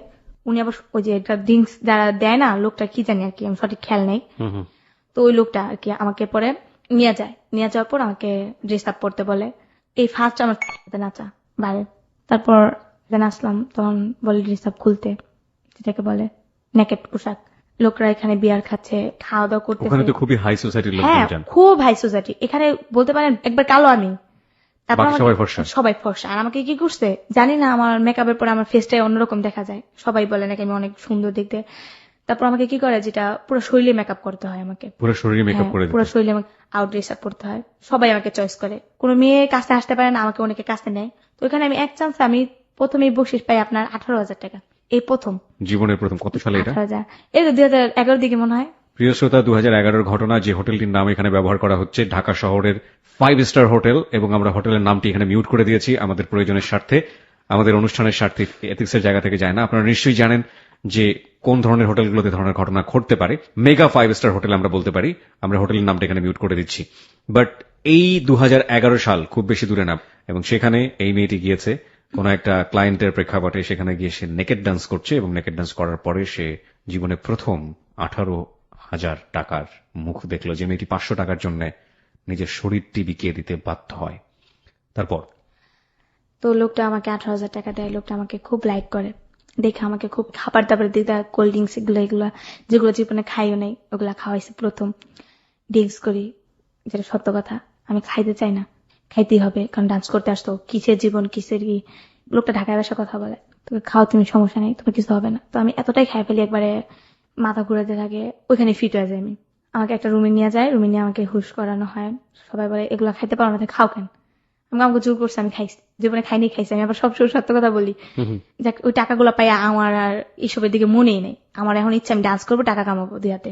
মানে এত টাকা যেহেতু পেয়েছি ডান্সই করব। হ্যাঁ, আমি আর এইসবের দিকে যাবো না, শুধু শুধু কষ্ট করি, মানে মনটাই অন্যদিকে চলে গেছে। তারপর কি করলাম, এই 18,000 টাকা পেয়া প্রথম চান্স আমি ঘরে খাট কিনলাম, কিছু ঘরে জিনিসপত্র কিনলাম, আমার আম্মুকে নিয়ে আসলাম, আম্মুর ড্রেস আপ কিনলাম, আম্মুর গেট আপটা অন্যরকম করে দিলাম। আমি অন্যরকম করলেন মানে আপনার কি পরে থাকতো আর আপনি কি পড়ালেন? আমার আম্মু কিন্তু আবার একটা কথা বলা হয়নি, আমার আম্মু কিন্তু হাতে সেলাই সবকিছু, মানে আমার ছেলের কামিজ কিন্তু হাতে সেলাই দিত। আচ্ছা, দেখা গেছে ওই যে দর্জি দোকানে কাপড় ইয়ে করতেন আগে, কিন্তু আমরা যখন বিক্রি করে খাইতাম তখন কিন্তু আমার আম্মু দর্জি দোকানে আপনার কাপড়, টুকরা কাপড় ফালাই দিত না, এগুলা দিয়ে আমার আম্মু সেলাই আমাকে জামা বানাই দিত, বড় বড় টুকরা কাপড় দিয়ে। আপনার আম্মু এগুলোই পরে থাকতো? হ্যাঁ, এগুলোই পরে থাকতো। তারপর আমি আমার মুরগিটা অন্যরকম করে দিলাম, আমার মুখে ড্রেস আপ সবকিছু প্রায় 10,000 টাকার ভিতরে সবকিছু ম্যানেজ করলাম। তারপর এখানে আরেকটা সমস্যা হয়ে গেছে, এখানে বাড়িওয়ালাকে বলছি আমার হাজবেন্ড আছে, আমার হাজবেন্ডেরও তো বলছে আমার আম্মু আছে, আর আম্মুরও তো বলে নাই যে আমার হাজবেন্ড আছে। এখন আমার সমস্যা, আম্মুরও তো নিয়ে আসছে, আমার হাজবেন্ড তো আসতে যাচ্ছে, কি করি? লোকটা আমাকে উপকার করছে, তো আমি লোকটাকে আমি তো আর ওনাকে ফেলে দিতে পারি না। তারপর আমি কি করলাম, এক সময় যেটা হলো, আম্মু আমার সাথে ঝগড়া করে চলে যায়। উনি কলপারে গেলে না, ভাইটা বাড়িতে, ভাই আপনি বলেন কি সহ্য করবে? ভাইটা বাড়িতে সবার জন্য সমান। উনি কলপারে গেলে 2 ঘন্টা 3 ঘন্টার ভিতরে নিচে আসে না। তখন হ্যাঁ, উনি আবার একটু বড় লোকের মতো নখ টোক পরিষ্কার করে, এখনো কিন্তু ভুল ফ্লাগ করে, ভিক্ষে করছে তারপর কিন্তু ভুল ফ্লাগ করছে। মাইন্ড করতে পারে না আপনি? আমি মাইন্ড করছি না, আমি আসলে ঘটনাটাকে অন্যভাবে দেখার চেষ্টা করছি। প্রত্যেকটা মানুষেরই তার ব্যক্তিগত পছন্দ আছে। একজন ভিক্ষুক কেন ভুল প্লাগ করতে পারবেন না? তুমি তার যদি সামর্থ্য থাকে তিনি করুক, কোনো সমস্যা নেই। কিন্তু মানে আপনি যেভাবে বলছেন, এই বলাটাকে আমার অদ্ভুত লাগছে যে একজন ঔপন্যাসিকের জীবনের গল্পে যদি এরকম ভাবে তিনি লেখা শুরু করতেন, তিনি কাঁদানোর চেষ্টা করতেন মানুষকে কোনো কোনো জায়গাতে, কিন্তু যার জীবনে ঘটে সেই যে মনি কিভাবে বলছে দেখুন, হাসতে হাসতে। আমার এই জিনিসটাই হচ্ছে হ্যালো ইট 920 তে আজকে চরম অভিজ্ঞতা। আমি অনেক মানুষকে এখানে পেয়েছি অতিথি হিসেবে, প্রত্যেককে আমি একেবারে স্যালুট করে রেসপেক্ট করে বলছি। আপনারা যখন কষ্টের কথা বলেছেন আপনারা হাউমাউ করে গেতেছেন, আপনারা যখন আনন্দের কথা বলেছেন আপনারা স্মাইলি ছিলেন। কিন্তু এই একটা মানুষকে আমি পেলাম একদম শুরু থেকে শেষ পর্যন্ত এগুলো আমার জীবনে ঘটেছে, এবং this is my story, smiley ফেসে। এবং যারা শুনছেন আমি জানি তাদের বুকটা দুমড়ে মুচড়ে যাচ্ছে। ওকে, হ্যাঁ, তারপর কি হয়, উনি তো নখ টোক পরিষ্কার করতে থাকে, ওনার নখগুলো আবার অনেক সুন্দর, ভাইয়া যেটা বলে উনি পার্সোনালি ভাবে পরিষ্কার, অনেক এমনি তো অনেক পরিষ্কার। আবার চুলগুলা দেখলেও বলবেন, আমার আম্মু বললে বলি না, তারপরও মানে খুব সোসাইটির লোকের মতনই চলে। তারপর যেটা হলো, আমি তুমি এতক্ষণ গেলে মানুষ দিয়ে যাবো না, তখন তো কি করলে না, আম্মু আমার মারতো। আমার আম্মু ছোট থেকে মানে আমার গলায় অনেক দাগ আছে, আমার আম্মু গলা টিপা ধরতো, আবার এমনকি হাতেও দাগ আছে একটা, আম্মু খুব দিছিল আর কি, যেটা বলে শয়তানি করে, এটা অনেক কাহিনীটা। তো রাগ করে চলে যায়, এর ভিতর আবার ওকে আমি আনি, আম্মু রাগ করে চলে গেছে। সবাই জানে তো আমার আম্মু পাগল টাইপের, তো এগুলো বলার পরে আর কিছু বলেন, তো ওই লোকটা তো আমার কাছে আসেই, তো ও আমাকে আবার হেল্প করে অনেকটাই। তারপর আমি চিন্তা করি যে ওকে হিন্দু ছেলের সাথে আমি এতটা ইউজ করব, এমনি তো আমি মুসলমান। তারপর আমি চিন্তা করলাম যেতে এটা না করে একটা কাজ করতে পারি, যেটা যে আমার তো এখন একটা লাইন হয়ে গেছে, আম্মুর পিসটা ছাড়া দিলেই পারি। আম্মুর পিসটা ছেড়ে দিলে পারি না, শাইনের পিসটা? এই তো শাইনের পিসটা। তারপর চিন্তা করলেন যে শাইনের পিসটা আপনি ছেড়ে দেবেন। আমি তো এখন ওই জগতে ঢুকে গেছি। তো এইভাবে অনেকের সাথে পরিচয় হয়ে যায়, একটা যাত্রার লোকের সাথে পরিচয় হয়ে যায় ওইখানে টঙ্গীতে। আচ্ছা, টঙ্গীতে যাত্রার কয়েকটা দল আছে এখনো, বাট করি। তো ওই যাত্রার দলের সাথে আমার ভালো একটা রিলেশন হয়ে যায়। তো ওইখানে আমাকে প্রোগ্রামে নিয়ে যায়, একটা প্রোগ্রাম করলে 1000 টাকা পাই, দিন থাকলে 2000 টাকা পাই, এরকম এরকম করতে করতে আমি খুব একটা রানিং অবস্থা, আমি খুব ভালো চলতেছি। ওই যে আমার ভাই একদিন এক জায়গায় সমস্যায় পরে আমার কাছে ফোন করে, তখন আমি অতি ফাস্ট ফোন চালাই। তো আমাকে ফোন করে বলতেছে, মনি আমি এমন একটা সমস্যায় পড়ছি, আমাকে কিছু টাকা হেল্প করবি? দেখতেছে যে আমি গেট আপে অন্যরকম হয়ে গেছি, আমি ভালো ড্রেস পরতেছি, ভালো খাইতেছি, ভালো চলতেছি, টঙ্গিতে যাইতেছি। এর ভিতরে অনেক কাহিনী ভাইয়া বলি নাই, যেটা সময়ের অভাবে বলতে পারি নাই। আমার মামাতো ভাই বিয়ে করে, তখন আমি খারাপ জগতে ছিলাম ভাইয়া, পিছিয়ে যাচ্ছে একটু। আমার মামাতো ভাই বিয়ে করার সময় ভাইয়া, বিয়ে বাড়ির একটা অনুষ্ঠান হয় না, তখন আমি সারাদিন না খাইছিলাম ভাইয়া। মামি আমাকে বলে যে কালকে তোর মামাতো ভাইয়ের বিয়ে, তুই যাইস। তো বিয়ে করে নিয়ে আসতে, তো তারপর ওই গিয়ে করবো ভাই, যদি বিশ্বাস করতেন খাবার রান্না করছে, আমি সবসময় হেল্প করছি। আমার কি করছে ভাইয়া, যেটা মানুষে খায় না, ওই জোড়াগুলো আমার দিছে খাওয়ার জন্য। আমি তারপর খুব কষ্ট পাইছি যে আমার নিজের লোক কেন আমার জোড়া ভাত গেলা দিল খাইতে। আমি কিন্তু কোনোদিন ভাইয়া বিয়ে বাড়ি মানুষের করা যে খাওয়া লোবে বিয়ে বাড়িতে গিয়া জোড়াগুলো, এগুলো কোনোদিনই না, আমি এগুলো কোনো সময় না, না খাই থাকলে না খেয়ে থাকতাম, কিন্তু কোনো সময় মানুষের জিনিস আনতাম না, কোনো সময় কারো জিনিস দিক দিয়ে তাকাইতাম না, কারো জিনিস খাইতাম না। তো যখন আবার এই জোড়া ভাত গুলো দিছে না, তখন খুব কষ্ট লাগছে, চোখের পানি ফালায় আমি ভাত খাইনি গা। তখন আমি চলে এসে পড়ছি, আসলে নদীর পার কাঁদছে অনেকক্ষণ, কান্নাকাটি করে শাক তুইলা আমার এক বান্ধবী এসে শাক সিদ্ধ করে খেয়েছিস। তারপর খুব কষ্ট লাগছে, আমার জীবনটা কিরকম যে কটা ভাতের জন্য মানুষের কাছে এত কষ্ট করতে হয়। আজকে ওনারা আমার কাছে হেল্প নেয়, ওনারা আজকে আমার কাছে টাকা পয়সা নেয়। আপনার ভাই ফোন দিল? হ্যাঁ, তারপর যেটা হয়, আমার ভাই ফোন করে আমার কাছে 3000 টাকা লাগবে, আমাকে একটু হেল্প করবো, আমি খুব সমস্যা আছি, প্লিজ আমাকে হেল্প করো।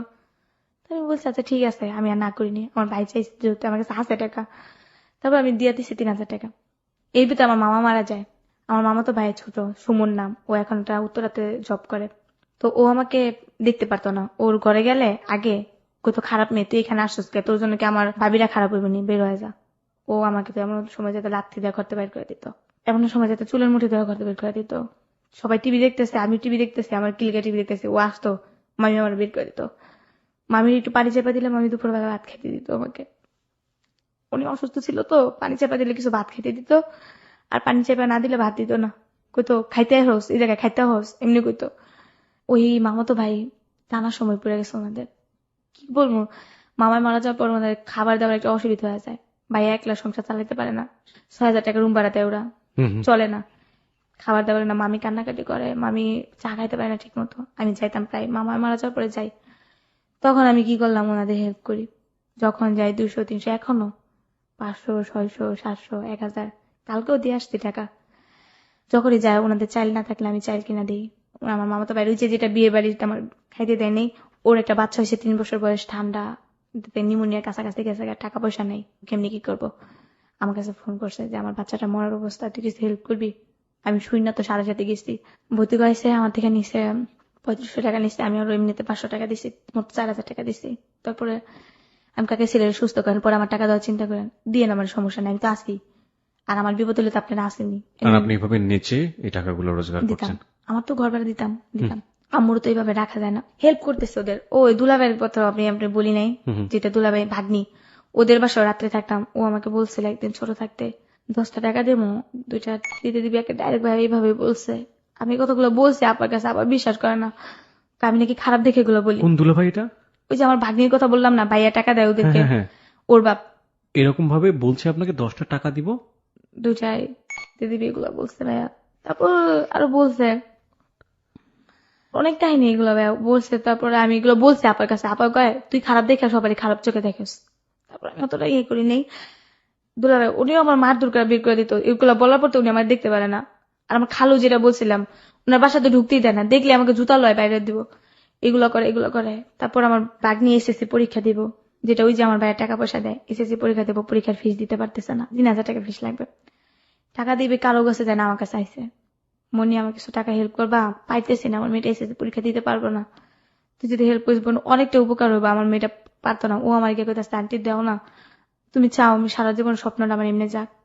তখন চিন্তা করলাম আমি তো পড়তে পারিনি গা, আমার কারণে একটা মেয়ের পড়ালেখা সমস্যা হবে, আমি চাই না। তারপর আমি কি করলাম, ওই দিনকে আমার একটা প্রোগ্রামে যাওয়া দরকার ছিল, তারপরও যাই না ওইটাতে। তারপর মনে করেন যে নেকের ডান্স আমি ছাইড়িয়ে দিছিলাম প্রায়, এমনি সামাজিক প্রোগ্রাম করতাম টাকার পয়সা হওয়ার পর। তারপর নেকের ডান্স আমি গেছি ওই দিনকে, যার পরে 7,000 টাকা আয় না, ওকে দিছি প্রায় 4,000 টাকা। মানে নেকেড ডান্স আপনি ছেড়ে দিয়েছিলেন, কিন্তু এই পড়াশোনার টাকা দেবার জন্য আপনি নেকেড ডান্স করলেন। ওই হোটেলেই করলেন? 5 স্টার? এই হোটেল না, বাট অন্য জায়গায়, অন্য একটা হোটেলে আপনি করে আপনি ওর জন্য টাকা ম্যানেজ করলেন পড়াশোনার জন্য। হ্যাঁ, করার পর ও দেয়, তারপর যাকে আমাকে ভালো ভালো পরীক্ষা দিস, বাজে ইয়ে করিস না, ভালোভাবে একটু সাজেশন দিছি যেটা আমি খারাপ, কেউ যেন খারাপ নয়। তারপরেও না, ছোট থাকতেই না ওদের সাথে আমাকে মিশতে দিত না আমার আপারা খালারা, মিশতে খারাপ হয়ে যাবে বলতো যে ও তো খারাপ, ওর সাথে মিশবি না, ও খারাপ হয়ে যাবে, তুইও খারাপ হয়ে যাবে, মিশতে দিত না। কিন্তু ভাইয়া দেখেন আল্লাহর কি নিয়তি, শেষ পর্যন্ত কিন্তু ওরাই আমার কাছে আসতে। তো যাই হোক, আমি অবহেলার চোখে দেখি নাই যে তোমরা আমাকে এত কিছু করছো, কিন্তু আমার কাছে আসলে আমি হেল্প করি, এখনো হেল্প করি ভাইয়া।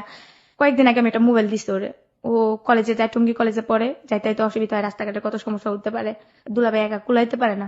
তারপর আমি হেল্প করে ওদের সংসারও হেল্প করি। তারপর এখান থেকে ওই যে শাহিন, ওর সাথে রিলেশন হয়, এমনি ওর সাথে এখনো ভাইয়া রিলেশন, আমার সমস্যা ওর সমস্যা। আমি যে প্রোগ্রামে যাই রাত্রে 2টা 2:30 যাই, আমি একা একা বাসাইতে পারি না, ও আমাকে হেল্প করে নিয়ে আসে, বাসায় রিসিভ করে দেওয়া যায় অনেকটা। এখন আমি যেভাবে আসছি ওর সাথে আসি, আর আমার মাকে রাখছি আমার খালাম্মার বাসায়। জানি না যে ওনারা রেডিও শুনে না, আমার মনে হয় না শুনে, বাট কি বলবো, আমার আম্মু যখন, এখন আমার আম্মু থাকে আপনার শ্রীপুর আপনার একটা বাসায়, আমার খালার বাসায় প্রবলেম করে না এখন? হ্যাঁ, আমি টাকা দিই তো, এখন আর কোনো সমস্যা নেই না, ওনারা তো টাকার পাগল। আমার ফ্যামিলিরা কি ভাইয়া দুর্নাম করবো না, আমি আজকে 2,000 টাকা দিই না, আমাকে মনে করেন মাথার উপরে নিয়ে নাচবো, এরকম ওরা। যেই আমার গেট আপটা অন্যরকম হয়ে গেছে না, যেই খালো আমাকে টাচ করছে, যেই খালো আমাকে জুতা দিয়ে পর্যন্ত বাইরে এসছে, ওই খালো আমার কাছে টাকা চাইছে। আর এবার রোজার ঈদে কি বলে জানেন, তোরা কি ফেতরা ফুতরা দিবি না আমাদের, এমনি বলে। আমি সি এভাবে বলেন কি, আপনি আমার কাছে টাকা চাইতে পারেন, কি এর ফেতরা কি, আপনি আমার খালু না, আমি আপনার মেয়ের সমান বয়সী, আপনি দেওয়ার আমার অধিকার আছে, দোয়া করবেন আল্লাহ পাক যেন আমার ভালো। কবে জানলেন যে ভদ্রলোকটাকে দেখলে আপনার মা চিল্লাচিল্লি করতো তিনি আপনার বাবা? একদিনকে আমার আম্মু এক রাস্তার ভিতরে, ওইখানকার একটা লোক আমার আম্মুর মারধর করে, তখন আমি একটু ভালো, এই যে কিছুদিনকে আগে কথা, 2012 পরের দিক থেকে আমার আম্মুকে মারধর করে, মারধর বলতে কি আমার আম্মুকে লাঠি দিয়ে একটা বাড়ি মারে আমাদের এলাকায়। তো তখন আমি একটা অন্যরকম ভাবে চলতাম, কারোর ভয় পেতাম না। আমার কথা আমি বুক আগে কি করছি না করছি ওটা আলাদা সাবজেক্ট, ভিক্ষা করছি এগুলো করছি ছোট থাকতে করছি, এখন বড় হয়েছি নিজের মতো নিজে চলি। তারপর আমার আম্মুকে একটা লোক গায়ে টাচ করছে, আমি গেছি, আমার আম্মুর মার থেকে লোকটা আসছে, কি হয়েছে? আপনার আমার আম্মা কি করছে? তোমার আম্মা এখন দোকানে বসে রয়েছে, আমার মেয়ের মারছে দেখে আমি মারছি। আপনি মেয়াকে কি করছে? আমার আম্মু বলতেছে আমার লাডিতে পাড়া দিছে, আমি বলছি দেখে মেয়েরা আমার জুতা দেবে একটু একটা নাবালিকা বাচ্চা আমার বলে জুতা দেবে আমার আম্মু বলতেছে। পরে আমি কি করছি, আমি কই আপনি যে আমার আম্মুর গায়ে হাত তুলেন, যদি আমি আপনার গায়ে হাত তুলি আপনার মান সম্মানটা কোন জায়গায় চাইবো? লোকটাও একটু ভালো প্রভাবশালী, মানে তুমি আমার গায়ে হাত তুলবে মানে আমি এখন আমি আপনার জুতা দেবে, আপনি কিছু করবেন করেন, মানে আপনি আমার মায়ের গায়ে হাত তুলেন কে লিগা? পরে কইতাছে তোমার আম্মুর অন্যায় আসছিল। আমার আম্মুর কি অন্যায় আসছিল? আপনার মেয়ে কি বলছে আগে সেটা বলেন। আপনার মেয়েরও উচিত ছিল যে একটা বৃদ্ধ লোক জানে, এই এলাকা সবাই জানে যে আমার আম্মু পাগল, এই এলাকাটা আমগো এলাকা তো। তখন লোকটা বলে কি করবা তুমি, কি করবা? তোমার ইচ্ছা করলে এলাকা সারা করতে পারি। আমি করেন আপনি এলাকা সারা, আগের যুগ পান নেই। তারপর যখন এগুলো বলি তো বলার পর আমাকে বলে ঠিক আছে তাহলে তুমি কি করবা করে দেখাও। আমি কিছু ওখানকার আমাকে একজন কমিশনার ছিল, আমার আম্মুকে আমাকে গায়ে টাচ করবো, আমাকে বাড়ি জুতা নিয়ে বাড়ি দেবো। তখন আমার খুব জি দুইটা যায়, আমার জুতা দিয়ে বাইরে লোকটা কত বড় সাহস। তারপর ওনাকে আমার আম্মুর কাছ থেকে ক্ষমা চাওয়া, ক্ষমা চাওয়ার পরে মাপ চাই যাক ওইখানে গেছে। তারপরে আমি আমার আম্মুকে বলি এখন আর তুমি জোয়ান না যে তোমার কথা মতো চলবো, এখন তুমি বুড়া হয়ে গেছো, এখন আমরা বড় হয়েছি, এখন আমাদের কথা মতো চলতে হবে, তোমার কথা মতো আমরা চলবো না। চলবো না কেন, তুমি আমার মা সাজেশন দিতেই পারো স্বাভাবিক, এখন আমরা যেভাবে বলবো ওইভাবে চলবা, চলো আমার সাথে। পরে আমার খালার সাথে নিয়ে এলাম। তো তখন আমার জন্ম নিবন্ধন একটা লাগবে, একটা জব পাইছি, কিন্তু এর ভিতরে আমি জানি না আমার বাপের নাম কি। তারপর আমি আমার আম্মুকে জিজ্ঞেস করলাম আম্মু আমার আব্বুকে, আম্মু আমাকে বলে না। আবার জিজ্ঞেস করি আম্মু আব্বুকে, তোমার আব্বু মারা গেছে, নাম বলো, নাম বলে না। তারপর আমার খালার কাছ থেকে শুনতে পারি আমার আব্বু এমন এমন। আমাকে যে লোকটার আম্মু এতদিন এত কিছু করছে এই লোকটাই সেই। পরে হ্যাঁ, পরে আম্মু আমাকে বলেছে এই লোকটারে দেখলে আমার সহ্য হয় না, তার জন্য আমি এরকম করে অপমান করে অপগুস্ত করি, আমার যে এতটুকু করছে আল্লাহ। আপনার আব্বু আম্মুর এরকম কোন ছবি আছে আপনাদের কাছে, দেখেছেন কখনো? না, জন্মের পর থেকে তো আমি বাবার আদরই পাইনি। এখন আমরা জানি, কিন্তু এটা জানার পরে এই লোকটার কাছে আপনি গিয়েছিলেন? না, যাওয়ার কোনো পরিস্থিতি নেই, কিভাবে যাব? এই লোকটা যদি কখনো ফিরে এসে আপনাকে বলে যে আমি আমার জীবনে বড় ভুল করেছি, আমি তোমাকে মেয়ের মতো মেনে নিতে চাই, তখন আপনি কি করবেন? কখনই না, কারণ না আমি এতটা বছর কষ্ট করছি, আমি জন্মের পর থেকে আমার আম্মু কষ্ট করছে, তখনই যদি তুমি মাইনা নিয়েও নেগা, আর এখন যে আমি আসছি এতটুকু জায়গায় তখন কিন্তু কিছু জন্য নিবা। বাবা শব্দটা আপনার কাছে কেমন? একেবারে বিশ্বে আমি বাপ বলেন, খালু বলেন, কাকা বলেন, ভাই বলেন, এগুলো আমি শুনতে পাই না। যদি বলেন বন্ধু, মানি বন্ধু হিসাবে এটা হয়, ভাই বলেন মারপেটে ভাই, কাকা মামা, এগুলো শুনতে পাই না আমি, এগুলো একেবারে শুনতে পাই না ভাই। জানি না আপনাকে, আমি ছেলেদের ভিতরে এই কাকা মামা বাবা এগুলো আমি শুনতে পাই না, এগুলো আমার খুব কষ্ট লাগে। এগুলো শুনলেই না, কেউ যদি আমার বলে না আমার ভাই ডাকো, আমাকে মামা ডাকো, কাকা ডাকো, এগুলো আমি শুনতে পাই না। মানুষের আমি প্রোগ্রামে গেলে অনেক সময় কাকা ডাকতে হয়, মামা ডাকতে হয়, যাতে খারাপ চোখের দিকে না তাকায়। আমি দেখছি যাদেরকে কাকা ডাকি না ওরাই না বেশি দিকে চোখ দেয়, যে কোনো লোকে আমি দেখছি। বন্ধু মনে করে, ফ্রেন্ড মনে করে অতটা চোখ দেয় না, ভাই কাকা মামা যাই বলি ওরা দেহের দিকে চোখ দেয়, যেটাকে বলে। প্রিয় শ্রোতা, আমি বলছিলাম না যে আসলে ওর বলার ভিতরে না একদম খুব সাদা মাটা, একদম হেসে হেসে জীবনের সবচেয়ে কঠিন মুহূর্তগুলো বলে গেল। কিন্তু এই যে এই পার্টটা জিজ্ঞেস করলাম না, বাবা শব্দটা আপনার কাছে কেমন, এটুকুতে আমি ওকে জাজ করেছি। ও যেভাবে ঘৃণা ভরে দাঁত কিরমির করে শব্দগুলো উচ্চারণ করছিল, এই এতটুকু হচ্ছে মনি। মনি, এখন আপনি কি করেন, কিভাবে আপনার দিন চলে? এখন দিন চলে বাট ডান্সই করি। মানে আপনাকে মাঝে মাঝে এই ধরনের কাজে আপনাকে বাধ্য হয়ে যেতে হয়? না, এখন করি না ভাইয়া, এখন একবারে এটা শপথ নিছি যে আমি এটা করব না। মানে খারাপ কোনো কাজ আপনি করবেন না? হ্যাঁ। শুধু ডান্স করে আপনি কত টাকা পান? হ্যাঁ পাই ভাইয়া, এটা একটা প্রোগ্রাম সিজন থাকে আপনার শীতের থেকে, আপনার দেখা গেছে এই যে কুরবানিতে থেকে শুরু হবে আপনার বৈশাখ মাস পর্যন্ত। এই ডান্সটা বিভিন্ন হোটেলে, তারপরে বাইরে যাত্রাপালাতে, হ্যাঁ হ্যাঁ, তারপর বিয়ে বাড়ি অনুষ্ঠান, পূজার কন্ট্যাক্ট, সার্কাসে। কি ধরনের গানের সাথে ডান্স করেন? আমি বাট হিন্দি গানে না ডান্স করি, বিট যেগুলো। আপনাকে কেউ শিখিয়ে দিয়েছে নাকি আপনি নিজে? না ভাই, আমি যেটাকে বলেন প্রথম থেকে আমি বলছি যে আমি প্রথম শুতেই আমি ফার্স্ট ক্লাস পাইছি, তো আমাকে এই জগতে নামার পরে না কেউ কিছু শিখায়নি। মেকআপটা জাস্ট প্রথম যেটা আমাকে একটা মেয়ে দেখাই দিল, তারপর মেয়ে বলছে তোমাকে দেখা দিতে দিতে আমার সময় চলে যায়, তুমি একা একা করো, শিখো। তারপর আপনি নিজে নিজে তারপর আমি নিজে থেকে। তার মানে আপনার এই জীবনে এখন শাহিন ছেলেটা আছে, শাহিন ছেলেটাকে আপনি কি লাভ করেন না বন্ধু? অ্যাকচুয়ালি ভাইয়া কি বলবো আপনাকে, লাভ বলা যায় না, এমনকি ইয়েও বলা যায় না, মানে এক ধরনের বন্ধুত্ব আবার প্রেমের সম্পর্ক। আমি আসলে কি এই লোকটার আমি অনেক বড় জায়গায় নিয়ে গেছি, যেটা উনার জন্য আমার এত কিছু, উনি যদি আমাকে হেল্প না করতেন বাট এত কিছু করতে পারতাম না। উনি আমাকে যথেষ্ট হেল্প করছে, আমি বলবো উনি যদি আমাকে ওনার পায়ের তলে যদি আমাকে একটু ঠাই দেয় না ভাইয়া, আমি মনে করি এর চেয়ে সুখী আমি কিছু নাই। কিন্তু উনি তো আমাকে রাখতে পারবেন না, যেহেতু আমাদের ধর্মের সাথে মিল হয় না। উনি যদি আমাকে ম্যারিড? না, উনি আনম্যারিড। এখন আর ম্যারিড? ওকে। আমি ওনাকে বলছিলাম মুসলমান হওয়ার জন্য, কিন্তু উনি বলছেন না, আমার পক্ষে সম্ভব না, আমার মা একজন স্ট্রোকের রুগী, আমার টাকাতে সংসার চলে না, বাট আমাকে সবাই লাইক করে, আমাকে সবাই ভয় পায়, তো আমি যদি কাজটা করে ফেলি কিভাবে হয়। ওর সাথে আমার রিলেশন প্রায় 4 বছর গড়ে গেছে। ওর যাবতীয় হেল্প আপনাকে করে যাচ্ছে। হ্যাঁ। এখন যে বাসাটাতে আপনি থাকেন, আপনার মা জানে ব্যাপারটা এখন, শাহিন এবং আপনার ব্যাপারটা? না, শাহিনের ব্যাপারটা জানে এখনো জানে না। আম্মু জানে যে আমার বিয়ে হয়েছে। বিয়ে হয়েছে? হ্যাঁ। কার সাথে? তার সাথে হয়েছে, বাট কথা বলতে চাই, আমি কথা বলাই না, বলি যে এখানে আছে ওইখানে আছে। কিন্তু আপনার কাজকর্মগুলো তো সে জানে। হ্যাঁ। কত বছর যাবত জানে সে বিয়ে হয়েছে? জানে তো 2 বছর ধরে জানে যে আমার বিয়ে হয়েছে। আমি জানাইছি কারণ আমার আম্মুকে তো না জানায় একটা একা একা থাকি একটা মানে এবং সেজন্য মা জানে যে আলটিমেটলি আপনি বিয়ে করেছেন, তার সাথে আছেন। মার সাথে পরিচয় করে দিতে চান না কেন? এখানে মাকে হাইড করেন কিভাবে? কেন করি যে তো দেখা গেছে যে আমার আম্মুর সাথে যদি পরিচয় করাই দিতে চাই আমি, বাট আম্মু বলবে যে বাসায় নিয়ে আস, এই যেমন গিয়ে গেছে। না না, আপনি তো বিয়ে করেননি, প্রথম কথা হচ্ছে এটা। কিন্তু মাকে আপনি কিভাবে ম্যানেজ করেন? এই 2 বছর যাবত এটা তো লম্বা সময়। হ্যাঁ, আম্মু জিজ্ঞেস করে তো যে তোমার হাজবেন্ডের সাথে দাও একটু কথা বলি। আম্মু উনি না আমার ফ্যামিলির দিকটা দেখতে চায় না, কেমন জানি করে, আমি একদিনকে নিয়ে যাবো, তোমার দেখাবো। তারা আম্মুকে জানে যে আপনি ডান্স করে টাকা পয়সা গুলো রোজগার করেন? হ্যাঁ জানে, আমি ডান্স করি। আপনার আম্মুকে জানে আপনার জীবনের পাস্ট অতীতগুলো, আপনার এই ভয়াবহ অতীতগুলো? না, কিচ্ছু জানে না। আজকেই প্রথম আপনি সবার সামনে জিনিসগুলো ওপেন করলেন। আপনার ফ্যামিলি সবাই আপনাকে ঘেন্না করতো, জানতো, কিন্তু এই প্রথম ডিটেল আজকে সবকিছু আপনি ওপেন করলেন সবার কাছে। আর শাহিনের সাথে কখনো আপনার মার কথা হয়েছে? এর ভিতরে একটা মিস্টেক করে ফেলছে, একটা কথা বলি নাই। বলেন। যে একটা লোক আমাকে, একটা বান্ধবী, মেয়েটা মারা গেছে, নাম হচ্ছে নীলুফা, ওর সাথে আবার শাহিনের সাথে রিলেশন ছিল। ও আমাকে বলে একটা ছেলে আছে, 500 টাকা দিবে, যাবা? আমি তখন বস্তিতেই থাকি, তুমি বসে যাবো, না করিনি, তো টাকা দরকার ছিল। যাওয়ার পর ও একজনের কথা বইলা আমার সাথে প্রায় 9-10 জন আমার সাথে ইউজ করার পর তখন এতটা মানে জোর জবস্ত করে, পিস্তল ঠেকায় আমার মাথায়, না করতে পারলে তোকে মেরে ফেলবে জায়গায়। ওরা এক ধরনের সন্ত্রাস বলা যায়। তখন আমি চিন্তা করছি যদি আমাকে মেরে ফেলে তখন আমি কি করবো। আমি বলছি আচ্ছা ঠিক আছে, তো কান্নাকাটি করছিলাম আর মেয়েটাকে বকছিলাম যে তুই কি করলি আমাকে, তুই আমাকে বলতি যে আমি এগুলো করবো, তোকে তো আমি বিশ্বাস করে আসছিলাম, এমন তো না অবিশ্বাস করে আসছি, তুই তো জানিস আমি এগুলো করি, কিন্তু বাট এতটা না তো। আমার উপরে ভাই আমার গাল বৈশাখী একটা ঝড় গেছে। তারপর সাইনের ব্যাপারটা জানি না, ওর কাছে আমি গোপন করছি। ওর কাছে কালার করার জন্য অনেকেই অনেক কথা বলছে ওর কাছে আমার ব্যাপারে, যে এই মেয়েটা খারাপ, এই মেয়েটা 12 জায়গায় কাজ করে, তুমি ওর সাথে রিলেশন রাখো না। এমনকি ওই মেয়েটাও বলছে নীলুফা। তারপর ও জানার পর আমাকে বলছে যে তুমি আমার কাছে এগুলো লুকাইছো কেন, আমাকে বললেই পারতাম, আমি কিন্তু তোমাকে কিছু বলতাম না। আমি বলছি যে না আপনার কাছে বললেই না, এই জন্য তো যাই না ফেলছে, আর লুকায় কি লাভ।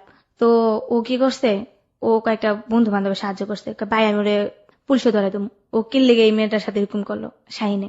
তারপর ও চেষ্টা করছিল, তারপর কি করছে, ওরা একটা মারামারি করে ওই ছেলের হাত কাইটা দেয়, হাতে রক কাইটা দেয়। কোন ছেলে? জসিম করে একটা নাম। এই ছেলের সাথে আপনার কি সম্পর্ক? ছেলেটা ওই যে আমাকে নিয়ে গেল একসাথে 10-12 জন আমার সাথে। ওই ছিল তার মধ্যে একজন? হ্যাঁ। এবং এই শাহিনের সাথে মারামারি হচ্ছে? শাহিন একটা ফ্রেন্ডের সাথে মারামারি হয়েছিল। আচ্ছা। তখন ওই ফ্রেন্ডে বলছে, ওই ফ্রেন্ডও আমাকে খারাপ কথা বলতো, ফ্রেন্ডরা বলতো শাহিনের কাছে যে এমন মনিকে একটু ব্যবস্থা করে দেন না দোস্ত, তোর সাথে তো আসে। ও আবার কি করতো, ও আমার কাছে বলতো যে তুমি বলবা যে না আমি করি না, আমি যে বলছি এটা বলবা না। ওর কাছে বলতো তোর যদি ম্যানেজ করে নিতে পারস নি, কারণ বন্ধুর কাছে কালার হইতে পারে না। তারপর যেটা হয়, ফ্রেন্ডরা আমাকে বলে যে তোমার সাথে এটা হ্যান ত্যান বলে, তাই আমি বলতাম না ভাই এটা সম্ভব না, কারণ আমি আপনার ফ্রেন্ডের সাথে সম্পর্ক রাখছি, আমি আপনার সাথে বাট কখনই পারবো না। ও আমার বেড রেকর্ড আজ পর্যন্ত দেখে নেই, জাস্ট কানে শুনছে, কিন্তু কখন আমার কিছু দেখে নেই। আজকে তো আপনি সব স্বীকার করলেন, আজকে তো ফার্স্ট শুনলো। হ্যাঁ। শোনার পরে যদি ও পারবে আপনাকে নরমাল ভাবে নিতে? হ্যাঁ, কারণ আমি ওই বিশ্বাসটা আমার ওর উপরে আছে, কারণ ও আমাকে খুব বিশ্বাস করে, খুব। ও আমাকে বলছে তোমার ডিটেলস যা কাহিনী আছে সব বলবা, আমি সব শুনবো। So this is the first time ও আপনার গল্পটা শুনছে। হ্যাঁ। শেষমেশ আমাদেরকে বলবেন যে আপনি ভবিষ্যৎ নিয়ে কি চিন্তা করেন? ভবিষ্যৎ আর কি আসতে ভাইয়া, দেখা গেছে আম্মু আসতে, আমি আসছি, আমার আম্মুটা একটু ভালো করবো, একটু আগের মতো সচ্ছল করবো, যেন হাঁটা চলা করতে পারে। জানেন ভাইয়া একটা সত্য কথা বলতে কি, আমার আম্মু এখনো বলে তোমার কিচ্ছু করা লাগতো না, আমার একটু সুস্থ হই, আমি আবার জব করবো আগেরটা, আমি আবার ওদের সাথে রিলেশন করবো, কালেক্ট করবো নাম্বার, MBBS ডাক্তার, তো আমি নিজে একটা ফার্মেসি দেবো, দিয়া তোমার জব করা লাগতো না, তুমি বাসায় বসে বসে খাবা। আমার এখনো বলে, আমাকে যেটা সাহস দেয়। তারপর আমি আম্মুরে বলি মা ওইগুলো ভুইলা যাও, তুমি এখন বুড়ো হয়ে গেছো, এগুলো মনে রেখে লাভ আছে। MBBS ডক্টরের মেয়ে, তার কি অবস্থা। আপনি এখন ভালো আছেন, আগের তুলনায় আপনি অনেক ভালো আছেন। এতটাই ভালো ভাইয়া যেটা ভাষায় প্রকাশ করে দেন। আল্লাহ পাক আমার মনে কপালটা লাকি রাখছে যে আমি সব দিক দিয়ে এখন, খাওয়া লওয়া পোশাক টোশাক সব দিক দিয়ে, আমার মান সম্মান বলেন, হেল্প বলেন, আগে তো একজনের ঘরে গেলে বের করে দিছে, একজন খাইতে দিছে না, একটা ইয়ে করতে দিছে না। এখন আমার থেকে মানুষের চলে, বাট বলতে পারেন আমার ফ্যামিলিটা আমি চালাই, আমার পুরো ফ্যামিলিটা। যাই হোক, এটা ডান্সের টাকা দিয়ে। ডান্সের টাকা দিয়ে। আপনি সবশেষে বলবেন যে হ্যালো ইট 920 তে আপনি কেন আসলেন? এটা আমি প্রথম থেকে যখন শুনি, ভাড়ে যাওয়ার পর একদিন শুনি, অতি প্রথম এরিনার কাহিনী যেটা হয়, ওইখান থেকে শুরু করে প্রত্যেকটা গল্প আমি মিস করি না। শুনি, তারপর আমার মনে একটা আগ্রহ জাগে যে আমি এটা বলবো। আমার জীবনে তো কত ঘটনা ঘটছে। যখন আপনি বলতেন যে এখানে সব ধরনের গল্প বলা যায়, হতে পারে সেটা যে কোনো ধরনের ভালোবাসা, লাভ স্টোরি, দুঃখের সবকিছু, তো আমি ভাবতাম তাহলে আমার গল্পটা ওনারা নিবে। কিন্তু আমি নাম্বারটা কখনই বুঝতাম না, আপনার ফোন নাম্বারটা কখনোই বুঝতাম না। স্পিডে বলি কখনো নাম্বারটা এতটা স্পিডে বলতেন আমি বুঝতাম না। তারপর যেটা হয়, আমি টাচ মোবাইল নিই। টাচ মোবাইল নেওয়ার পরে এটা অনলাইন থেকে নামাই, ওই শাহিনের সাহায্যে নামাই। ওর থেকে ধীরে ধীরে ধীরে ধীরে আপনার নাম্বারটা শুনি। শোনার পর ফোন করি, বাট ফোন ঢুকে না। কতদিন আগে আপনি আমাদের এখানে ফোন করেছিলেন? প্রায় আপনার শিমুলাপার কাহিনী হলো না, মানে আপনি মাস বলতে পারেন কয় মাস আগে? 6-7 মাস আগে হবে। 6-7 মাস আগে আপনি ফোন করেছিলেন, অর্থাৎ আপনি 6-7 মাস পরে গিয়ে আপনি হ্যালো ইট 920 তে আসলেন। প্রিয় শ্রোতা, দেখুন, this is the real thing. আপনারা হতাশ হবেন না দয়া করে। যদি জীবনে একবার ফোন করে থাকেন এবং যদি আমাদের গল্পটা আমাদের পার্সপেক্টিভ থেকে পছন্দ হয়, আমরা অবশ্যই আপনাদেরকে নিয়ে আসবো, এবং এই জন্যই বলি বারবার চেষ্টা করতে থাকুন। আপনি একদম সংক্ষিপ্ত করে বলুন যে আপনি কেন আসলেন। কেন আসা, যে আমার মতো এরকম কেউ যেন না হয়, কারো ফ্যামিলি দেখতে। আপনার মতো তো আপনি তো ইচ্ছে করে হননি। এখানে আসলে আপনাকে সমাজ বানিয়েছে, আপনাকে আপনার ফ্যামিলি বানিয়েছে।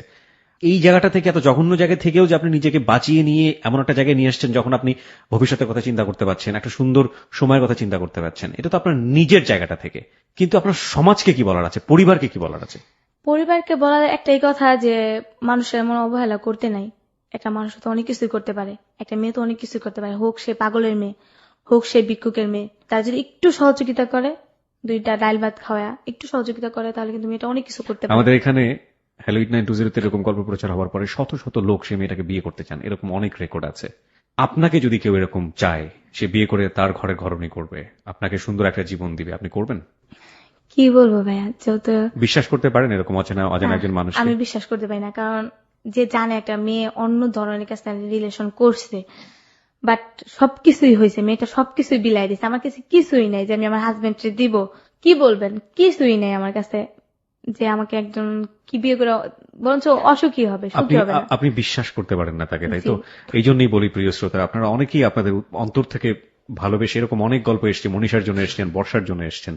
আজকের গল্পটা প্রচার হবার পরে হয়তো আমার এই মনির জন্য অনেকে আসবেন। কিন্তু দেখুন, মনির জায়গাটা হচ্ছে এরকম। প্লিজ রেসপেক্ট দোজ পিপল যারা আপনার সারাউন্ডিং আছে। এরকম মনি অসংখ্য আছে বাংলাদেশে যারা ডাস্টবিন থেকে খাবার কুড়িয়ে খায়। The real fact is that আপনি গল্পটা শোনার সময় উহু আহা অন্তর কাঁদছে, একেবারে কেঁদে কেটে বালিশ ভিজিয়ে ফেলেছেন, কিন্তু কালকে সকালবেলা ঠিক যখন কর্মস্থলে যাবেন, যাওয়ার পথে দেখবেন এরকম একটা মনি রাস্তার পাশে বসে আছে।